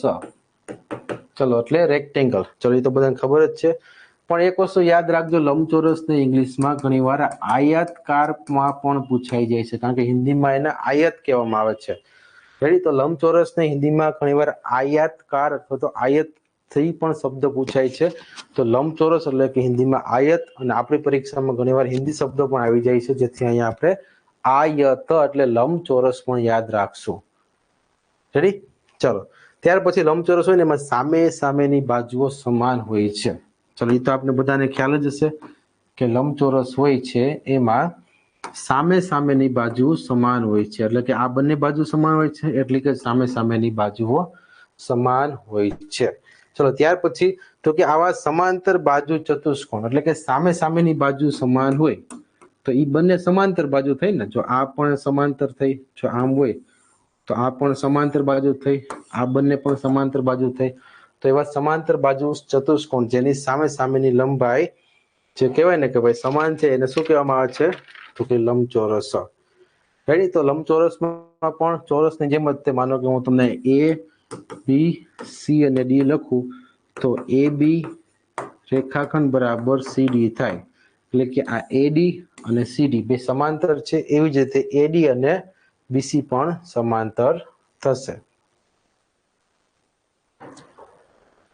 હવે અહીંયા ખાસ આપણે એક વસ્તુ સમજવાની છે કે આ વિકર્ણ જે બે બનશે. રેડી? હવે તમને બધાને ખ્યાલ જ છે કે વિકર્ણ જે છે કઈ રીતે બને છે.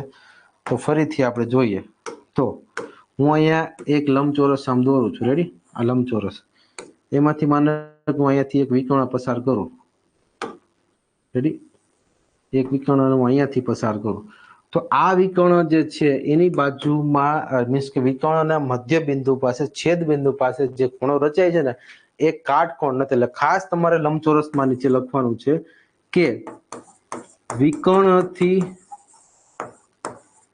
રચાતો ખૂણો કાટખૂણો નથી. રેડી?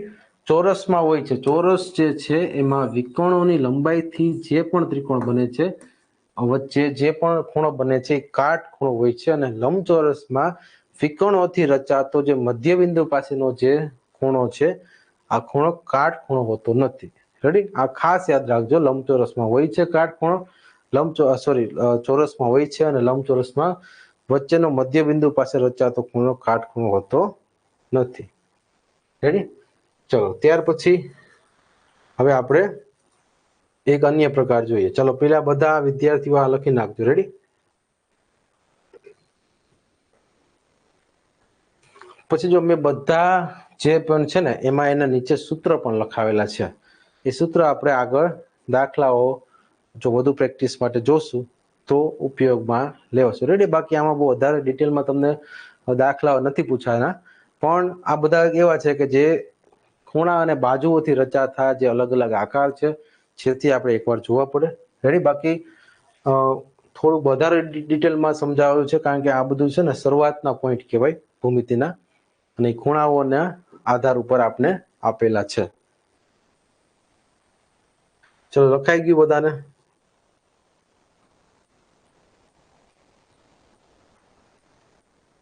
ચલો, લખાઈ જાય એટલે મને એકવાર ઓકે આપી દેજો. લંબચોરસ દોરવાનું છે, વિકર્ણોથી રચાતો ખૂણો, આ ખાસ અત્યારે તમારે લખવાનું છે.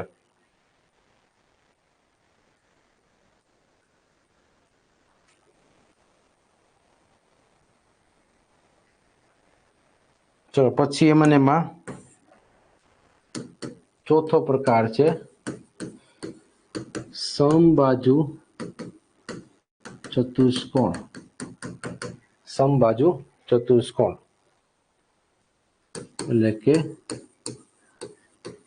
રમ્બસ. ચલો, એમાં ચારે બાજુના માપ છે ને એ સરખા હશે. રેડી?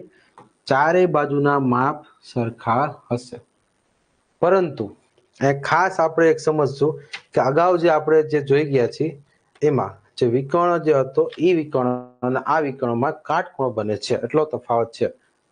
રેડી? ચલો, અહીંયાથી આપણે આ રીતે વિકર્ણ પણ દોરશું.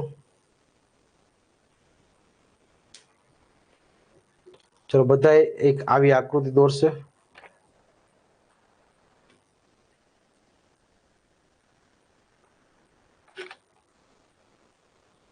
ચલો, માનો કે આ એ છે, આ બી છે, આ સી છે અને આ ડી છે.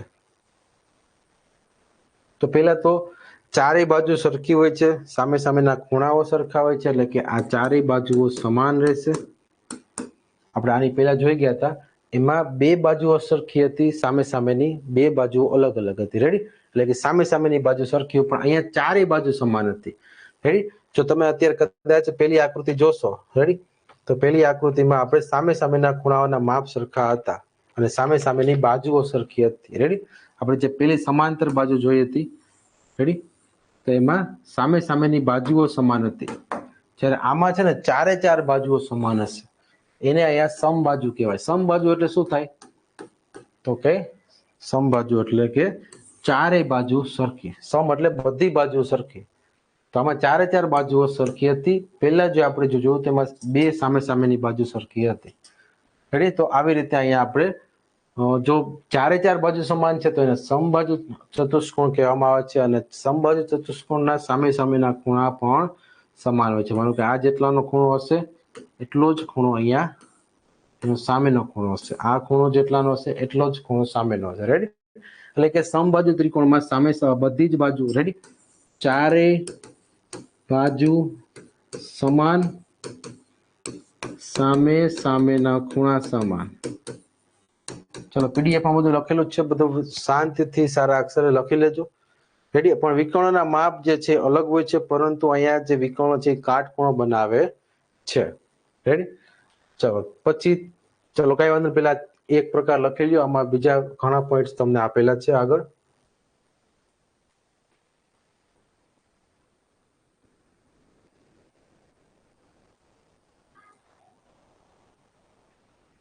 ચલો, પછી છેલ્લું છે પાંચમું. પાંચમામાં આવશે સમલંબ. સમલંબ બાજુ ચતુષ્કોણ. ચાલો, આ છેલ્લો પ્રકાર છે સમલંબ બાજુ ચતુષ્કોણ. સમલંબ બાજુ ચતુષ્કોણ એટલે એવો ચતુષ્કોણ કે જેની કોઈ પણ એક જોડી સામેની સરખી હોય. રેડી? એટલે માનો કે સમાંતર હોય, સરખી ન હોય, સમાંતર હોય. રેડી? સમ અને લંબ ચતુષ્કોણ છે, એટલે કે સામે સામેની એક જોડી જે છે એ સરખી હોય તેવા ચતુષ્કોણને સમલંબ ચતુષ્કોણ કહે છે. એટલે જો આ જે છે એ સમાંતર બાજુ ચતુષ્કોણ સમલંબ શું કામ બનશે? તો કે આ બંનેની જોડી સમાંતર સમલંબ છે. રેડી? બાકી જો આ અલગ અલગ છે, જો આમ પસાર થાય છે, આમ પસાર થાય, એટલે અહીંયા બંનેનું છેદ બિંદુ આવી ગયું, તો આને સમાંતર ન કહેવાય. રેડી? તો આ ખાસ સમજવાનું છે. તો આવી બાજુ એટલે કે આ જે તમે છે ને આગળ તમે ગમે એટલી લાંબી કરશો ને તો એ આ લીટીને ક્યારેય ભેગી થશે નહીં, કારણ કે એની વચ્ચેનું એક ચોક્કસ અંતર આપેલું છે. પરંતુ આ બંને બાજુ આપણે થોડીક લાંબી કરશું એટલે બંને અરસપરસ એટલે કે પરસ્પર છેદે છે, તો અહીં સમાંતર થશે નહીં. રેડી? ચલો, તો આવી આકૃતિ જેને અહીંયા આપણે સમાંતર બાજુ કહેશું. રેડી? તો આમાં પણ આપણે આપેલી છે, આમાં પણ આપણે તૈયાર આપેલી છે.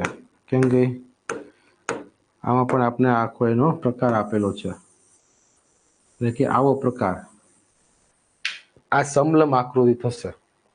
આ બાજુ સમાંતર છે, આ બાજુ સમાંતર છે, આ બંને બાજુ અલગ અલગ સામે સામે ભેગી થઈ જાય છે. રેડી?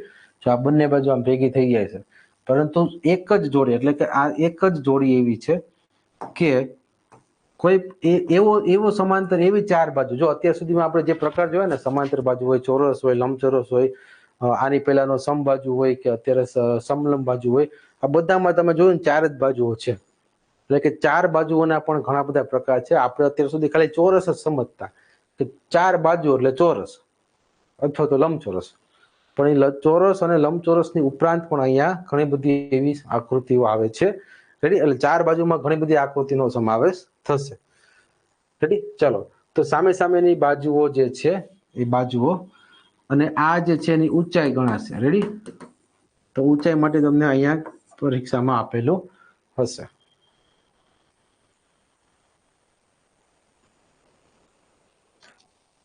ચલો, રેડી? તો વિકર્ણના માપ પણ અહીંયા અલગ અલગ હશે.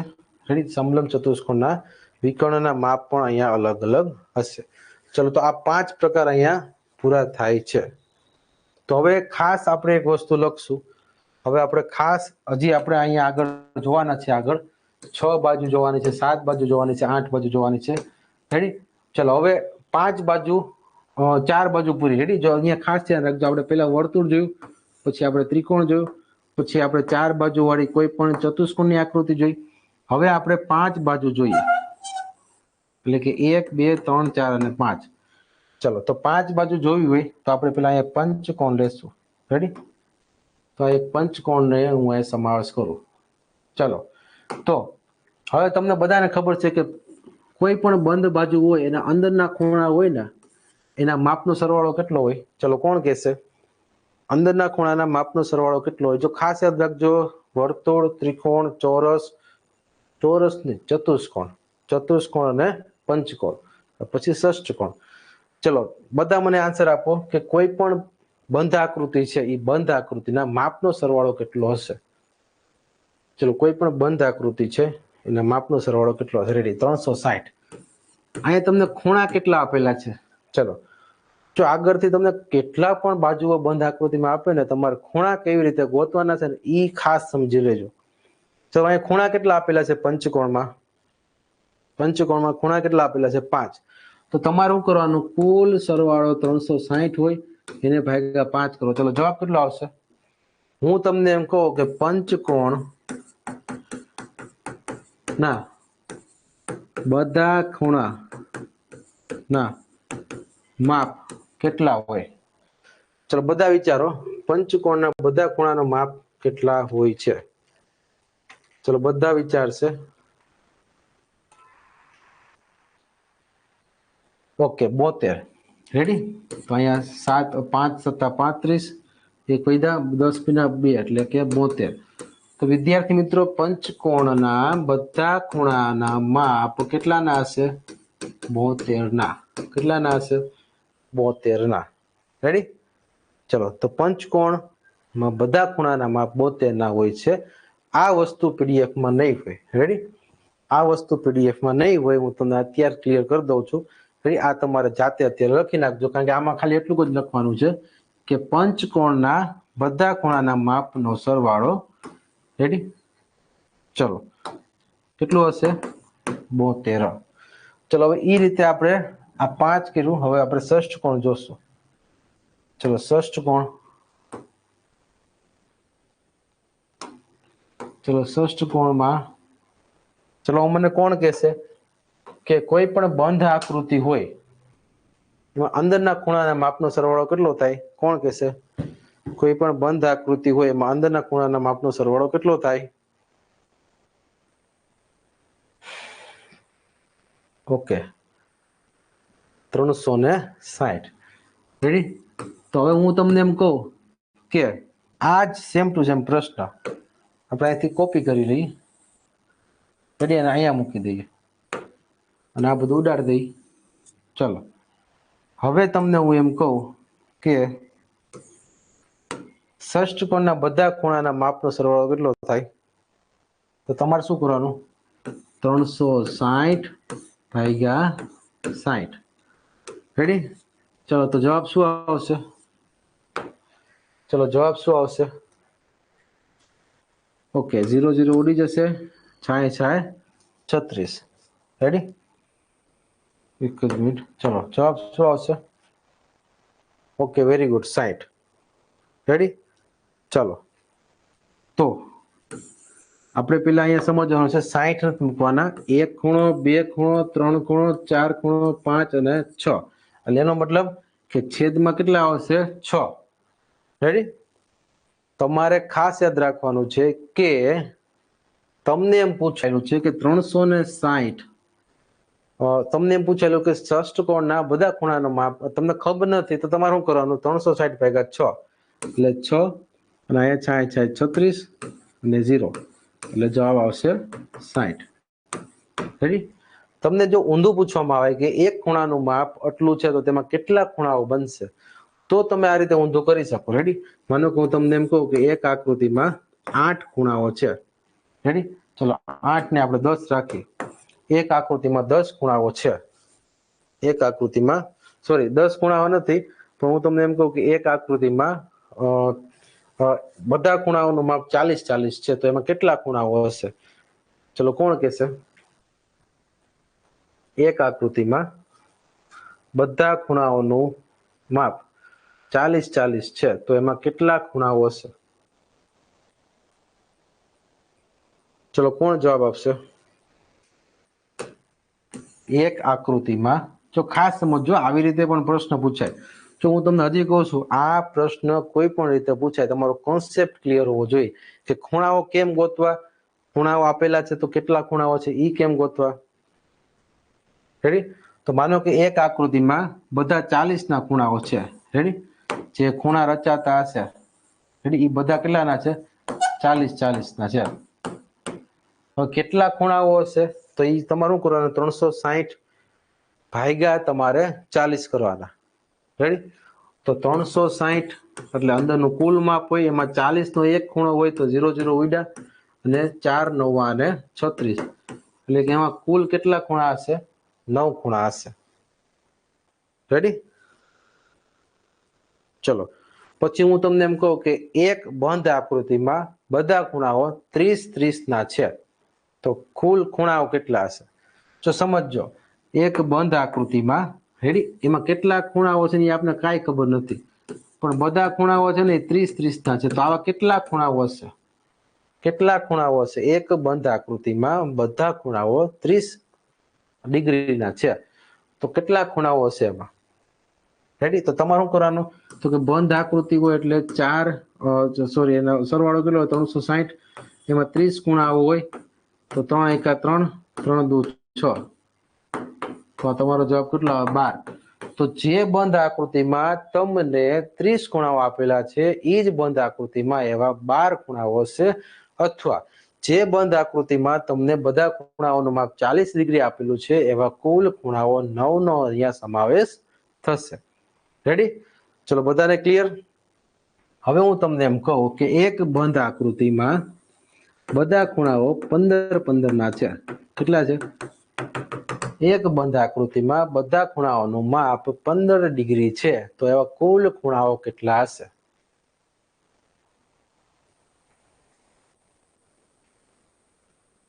રેડી?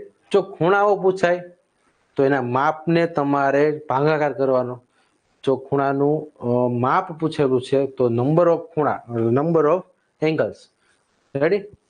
તો તમારે ખૂણાઓના સંખ્યાઓને તમારે ભાગાકાર કરો. ઓકે, 24. તો આવી રીતે અહીંયા આપણે સમજવાનું છે કે કોઈ પણ ખૂણાઓ આપેલા છે. રેડી? તો એને આપણે કેવી રીતે ગોઠવી શકીએ. ચલો બધાને ક્લિયર? ચલો બધાને ક્લિયર અત્યાર સુધીમાં? તો ખાસ યાદ રાખજો, ગઈ વખતેની નવોદયમાં આ 24 વાળો પ્રશ્ન પૂછાણો હતો. મેં તમને અગાઉ પણ કીધું છે કે એમાં એમ પૂછેલું હતું કે એક ધાતુના 24 તાર છે, એ 24 તારની વચ્ચે રચાતો સંલગ્ન કોણ કયો હશે? રેડી? સંલગ્ન કોણ એટલે કે આસન કોણ થયો, કે જેનું એક જ શિરોબિંદુ હોય, એનું એક જ શિરોબિંદુ હોય, એમાંથી ઈ કોણ રચાતા હોય. રેડી? તો આવો સંલગ્ન એટલે આસન કોણ પૂછાયો હતો. રેડી? તો એ પછી પણ એક આપણે, ચલો એ તો હજી તમને કરાવીશ. રેડી? એ સંલગ્ન કોણ આસન કોણ આપણે હજી કદાચ ઓલામાં બાકી છે, ખૂણાઓમાં. રેડી? પણ અહીંયા આપણે ખાસ સમજીએ કે 3 કે, હવે નીચે નોંધ કરી લખ નાખો, 3 કે 3 થી વધુ બાજુઓ ધરાવતી બંધ આકૃતિને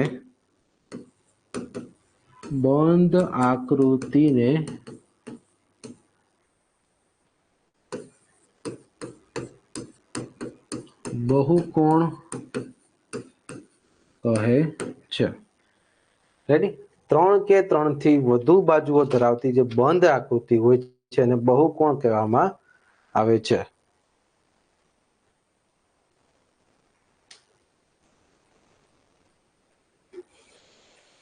રેડી? તો 3 કે 3 થી વધુ બાજુમાં ત્રિકોણ આવી જાય, ચોરસ આવી જાય, સપ્તકોણ આવી જાય, ષષ્ઠકોણ આવી જાય, પંચકોણ આવી જાય. તો આવી બધી જ આકૃતિને બહુકોણ કહેવામાં આવે છે. તો આ પણ આપણે ખાસ સમજીએ. રેડી? ચલો, તો હવે આજના લેક્ચર્સમાં ખાસ જે ખૂણાઓના પ્રકાર છે એ ખૂણાઓના પ્રકારમાં હવે એક એમાં એક બાકી હતો આસન કોણ. ચલો અત્યારે આપણે લઈએ. રેડી? ચલો એક નવું એડિંગ મારજો, આસન કોણ, આસન અથવા તો સંલગ્ન કોણ. સંલગ્ન કોણ. રેડી? આસન અથવા સંલગ્ન કોણ. આ એક આપણે ઓલી જે ખૂણાઓના પ્રકાર માટેના જે અલગ અલગ રાખ્યા હતા એમાં એક આ પ્રકાર પણ આપણે જ્યારે યુગ્મ કોણ, અભિકોણ આપણે બધા જોયા હતા ને, એમાં એક આસન કોણ અને સંલગ્ન કોણ પણ સમાવેશ થશે, જે આપણે એમાં એ વખતે સમાવેશ થયું નહોતું. રેડી? ચલો આ છેલ્લો પોઈન્ટ છે. તો આસન કોણ કોને કહેવાય? તો કે એનું શિરોબિંદુ એક જ હોય અને એ એક જ શિરોબિંદુમાંથી નીકળતા બે જે ખૂણાઓ છે, રેડી? તો એ બે જે ખૂણાઓ છે એને અહીંયા આસન કોણ અથવા તો સંલગ્ન કોણ કહેવામાં આવે છે. એટલે કે હવે સમજો કે આસન કોણ હશે એની એક બાજુઓ સમાન હશે. રેડી? માનો કે હું અહીંયા ઓ રાખું, આ એ રાખું, આ બી રાખું અને આ સી રાખું. રેડી? તો જો એક ખૂણો કયો બને છે? એક ખૂણો આ બનશે એ ઓ અને બી, એ ઓ અને બી. રેડી? ચલો બીજો ખૂણો કયો બનશે? બી ઓ અને સી, બી ઓ અને સી. તો આ બી અને ઓ, આ એ ઓ અને સોરી બી અને ઓ તો તમે બંનેમાં જોશો. રેડી? ઓ બી અથવા બી ઓ. તો આ જે એક બાજુ સમાન હોય, બંને જે છે એક જ ઉદ્ભવ બિંદુ અથવા તો એક જ શિરોબિંદુમાંથી નીકળતા એવા બે ખૂણા જે છે એને સંલગ્ન કોણ કહેવામાં આવે છે અથવા તો આસન કોણ. રેડી? તો ખાસ યાદ રાખજો, આ પ્રકારના જે ખૂણા હોય છે જેમાં વચ્ચે મધ્યમાંથી બે ખૂણાઓ આ રીતે બનતા હોય છે એને અહીંયા આસન કોણ કહેવામાં આવે છે. રેડી? આપણે ગયા વખતેમાં બાકી હતું, એની વધારે હું તમને પીડીએફમાં પણ એની નોટ્સ મૂકી દઈશ. રેડી? ચલો, તો આવી રીતે આસન કોણ એટલે કે એક જ શિરોબિંદુમાંથી નીકળતા બે ખૂણાઓ અને બંનેની એક વચ્ચેની બાજુ સમાન હોય એને આસન અથવા તો સંલગ્ન કોણ કહેવામાં આવશે. ઓકે, આ સમજાવાઈ ગયું છે? ઓકે, સોરી, તો મને ખ્યાલ હતો, મને એમ કે કદાચ બાકી હશે. રેડી? એક વિદ્યાર્થીની કોમેન્ટ છે, આ સમજાવાઈ ગયું છે. રેડી? ચલો, જો સમજાવાઈ ગયું છે તો કદાચ 2-3 દિવસ પહેલાના લેક્ચર્સમાં આવી ગયું હશે, પણ મને એમ હતું કદાચ બાકી હશે, કદાચ તો બીજા લેક્ચરમાં બાકી હશે. ઓકે, ચાલો, તો વિદ્યાર્થી મિત્રો હવે આજનો લેક્ચર આપણે અહીંયા સુધી રાખીએ છીએ. 1 કલાક અને એક્ઝેક્ટ 30 મિનિટ થવા આવી છે. રેડી? એટલે કે 1.5 કલાક કન્ટિન્યુ લાઈવ લેક્ચર્સમાં ભૂમિતિનો અભ્યાસ આપણે કરેલો છે. આશા રાખું છું કે બધા વિદ્યાર્થી મિત્રોને આજનો બધા જ લેક્ચર્સ સમજાઈ ગયા છે. ઓકે, સરસ, સમજાઈ ગયું છે. Okay, very good. ચલો, થેન્ક યુ. તમારી ખરેખર 1.5 કલાક કન્ટિન્યુ બોલેલા હોય, 1.5 કલાક કન્ટિન્યુ લેક્ચર્સ લીધેલો હોય, 1.5 કલાકનો આ જે બધો ઠાક છે ને, એ આવી ખાલી કોમેન્ટ આવે ને કે અમને બધું સરસ સમજાઈ ગયું, મજા આવી, એટલે બધો થાક છે ઉતરી જાય. રેડી? ઓકે, સરસ. ચાલો, બીજા પણ 2-3 વિદ્યાર્થીઓની કમેન્ટ છે. ખૂબ મજા આવે છે sir. Okay Shivraj sir, thank you sir, મજા આવી ગયું. ઓકે, થેન્ક યુ, સમજાઈ ગયું. ઓકે, સરસ, મજા આવી આજના ક્લાસમાં. ખરેખર આમાં તો છે ને તમારી જે કહેવાય ને કે મહેનત છે. બાકી 1.5 કલાક કન્ટિન્યુ લાઈવ ક્લાસમાં બેસવા માટે પણ એ પેલા વિદ્યાર્થીમાં એ કેપેસિટી હોવી જોઈએ. રેડી? હું ખરેખર કોઈ વાલી મને આ રીતે મને સજેશન આપતા હોય ને તો હું છેલ્લે એ જ કહું કે અમે તો ભણાવીએ છીએ, પણ સામે બેઠેલા વિદ્યાર્થીઓમાં પણ એ કેપેસિટી છે કે 1.5 કલાક સુધી કન્ટિન્યુ લાઈવ લેક્ચર્સ કહેવાય ને કન્ટિન્યુ અભ્યાસ કરે છે. બાકી એ વિદ્યાર્થી જ પેલા ખાસ કહેવાય ને કે એ ધન્યવાદને પાત્ર છે કે એ 1.5 કલાક સુધી કન્ટિન્યુ લાઈવ લેક્ચર્સમાં બેસે છે. રેડી? બાકી બધા વિદ્યાર્થીમાં એ કેપેસિટી હોતી નથી. અમુક વિદ્યાર્થીઓ અડધી કલાકમાં કંટાળી જાય છે, અમુક વિદ્યાર્થીઓ કલાકમાં કંટાળી જાય છે. પણ હું ખરેખર આ બધો જ જે તમે કોમેન્ટ કરો છો ને શ્રેય હું તમને જ આપીશ કે તમે 1.5 કલાક સુધી કન્ટિન્યુ બેઠા ત્યારે તમને આમાં મજા આવી છે. બાકી બધા વિદ્યાર્થીઓમાં કેપેસિટી નથી હોતી, એ હું સારી રીતે જાણું છું. એટલે ખરેખર બધા વિદ્યાર્થીઓના આભાર અને સમજાઈ ગયું. ઓકે, હવે આપણે આવતીકાલે આના વધુમાં વધુ એક્ઝામ્પલ કે એ રીતે સોલ્વ કરશું. રેડી? ચલો, તો હવે આજનો લેક્ચર હું અહીંયા સુધી રાખું છું. બધા વિદ્યાર્થી મિત્રોને થેન્ક યુ વેરી મચ. જય હિન્દ, જય ભારત.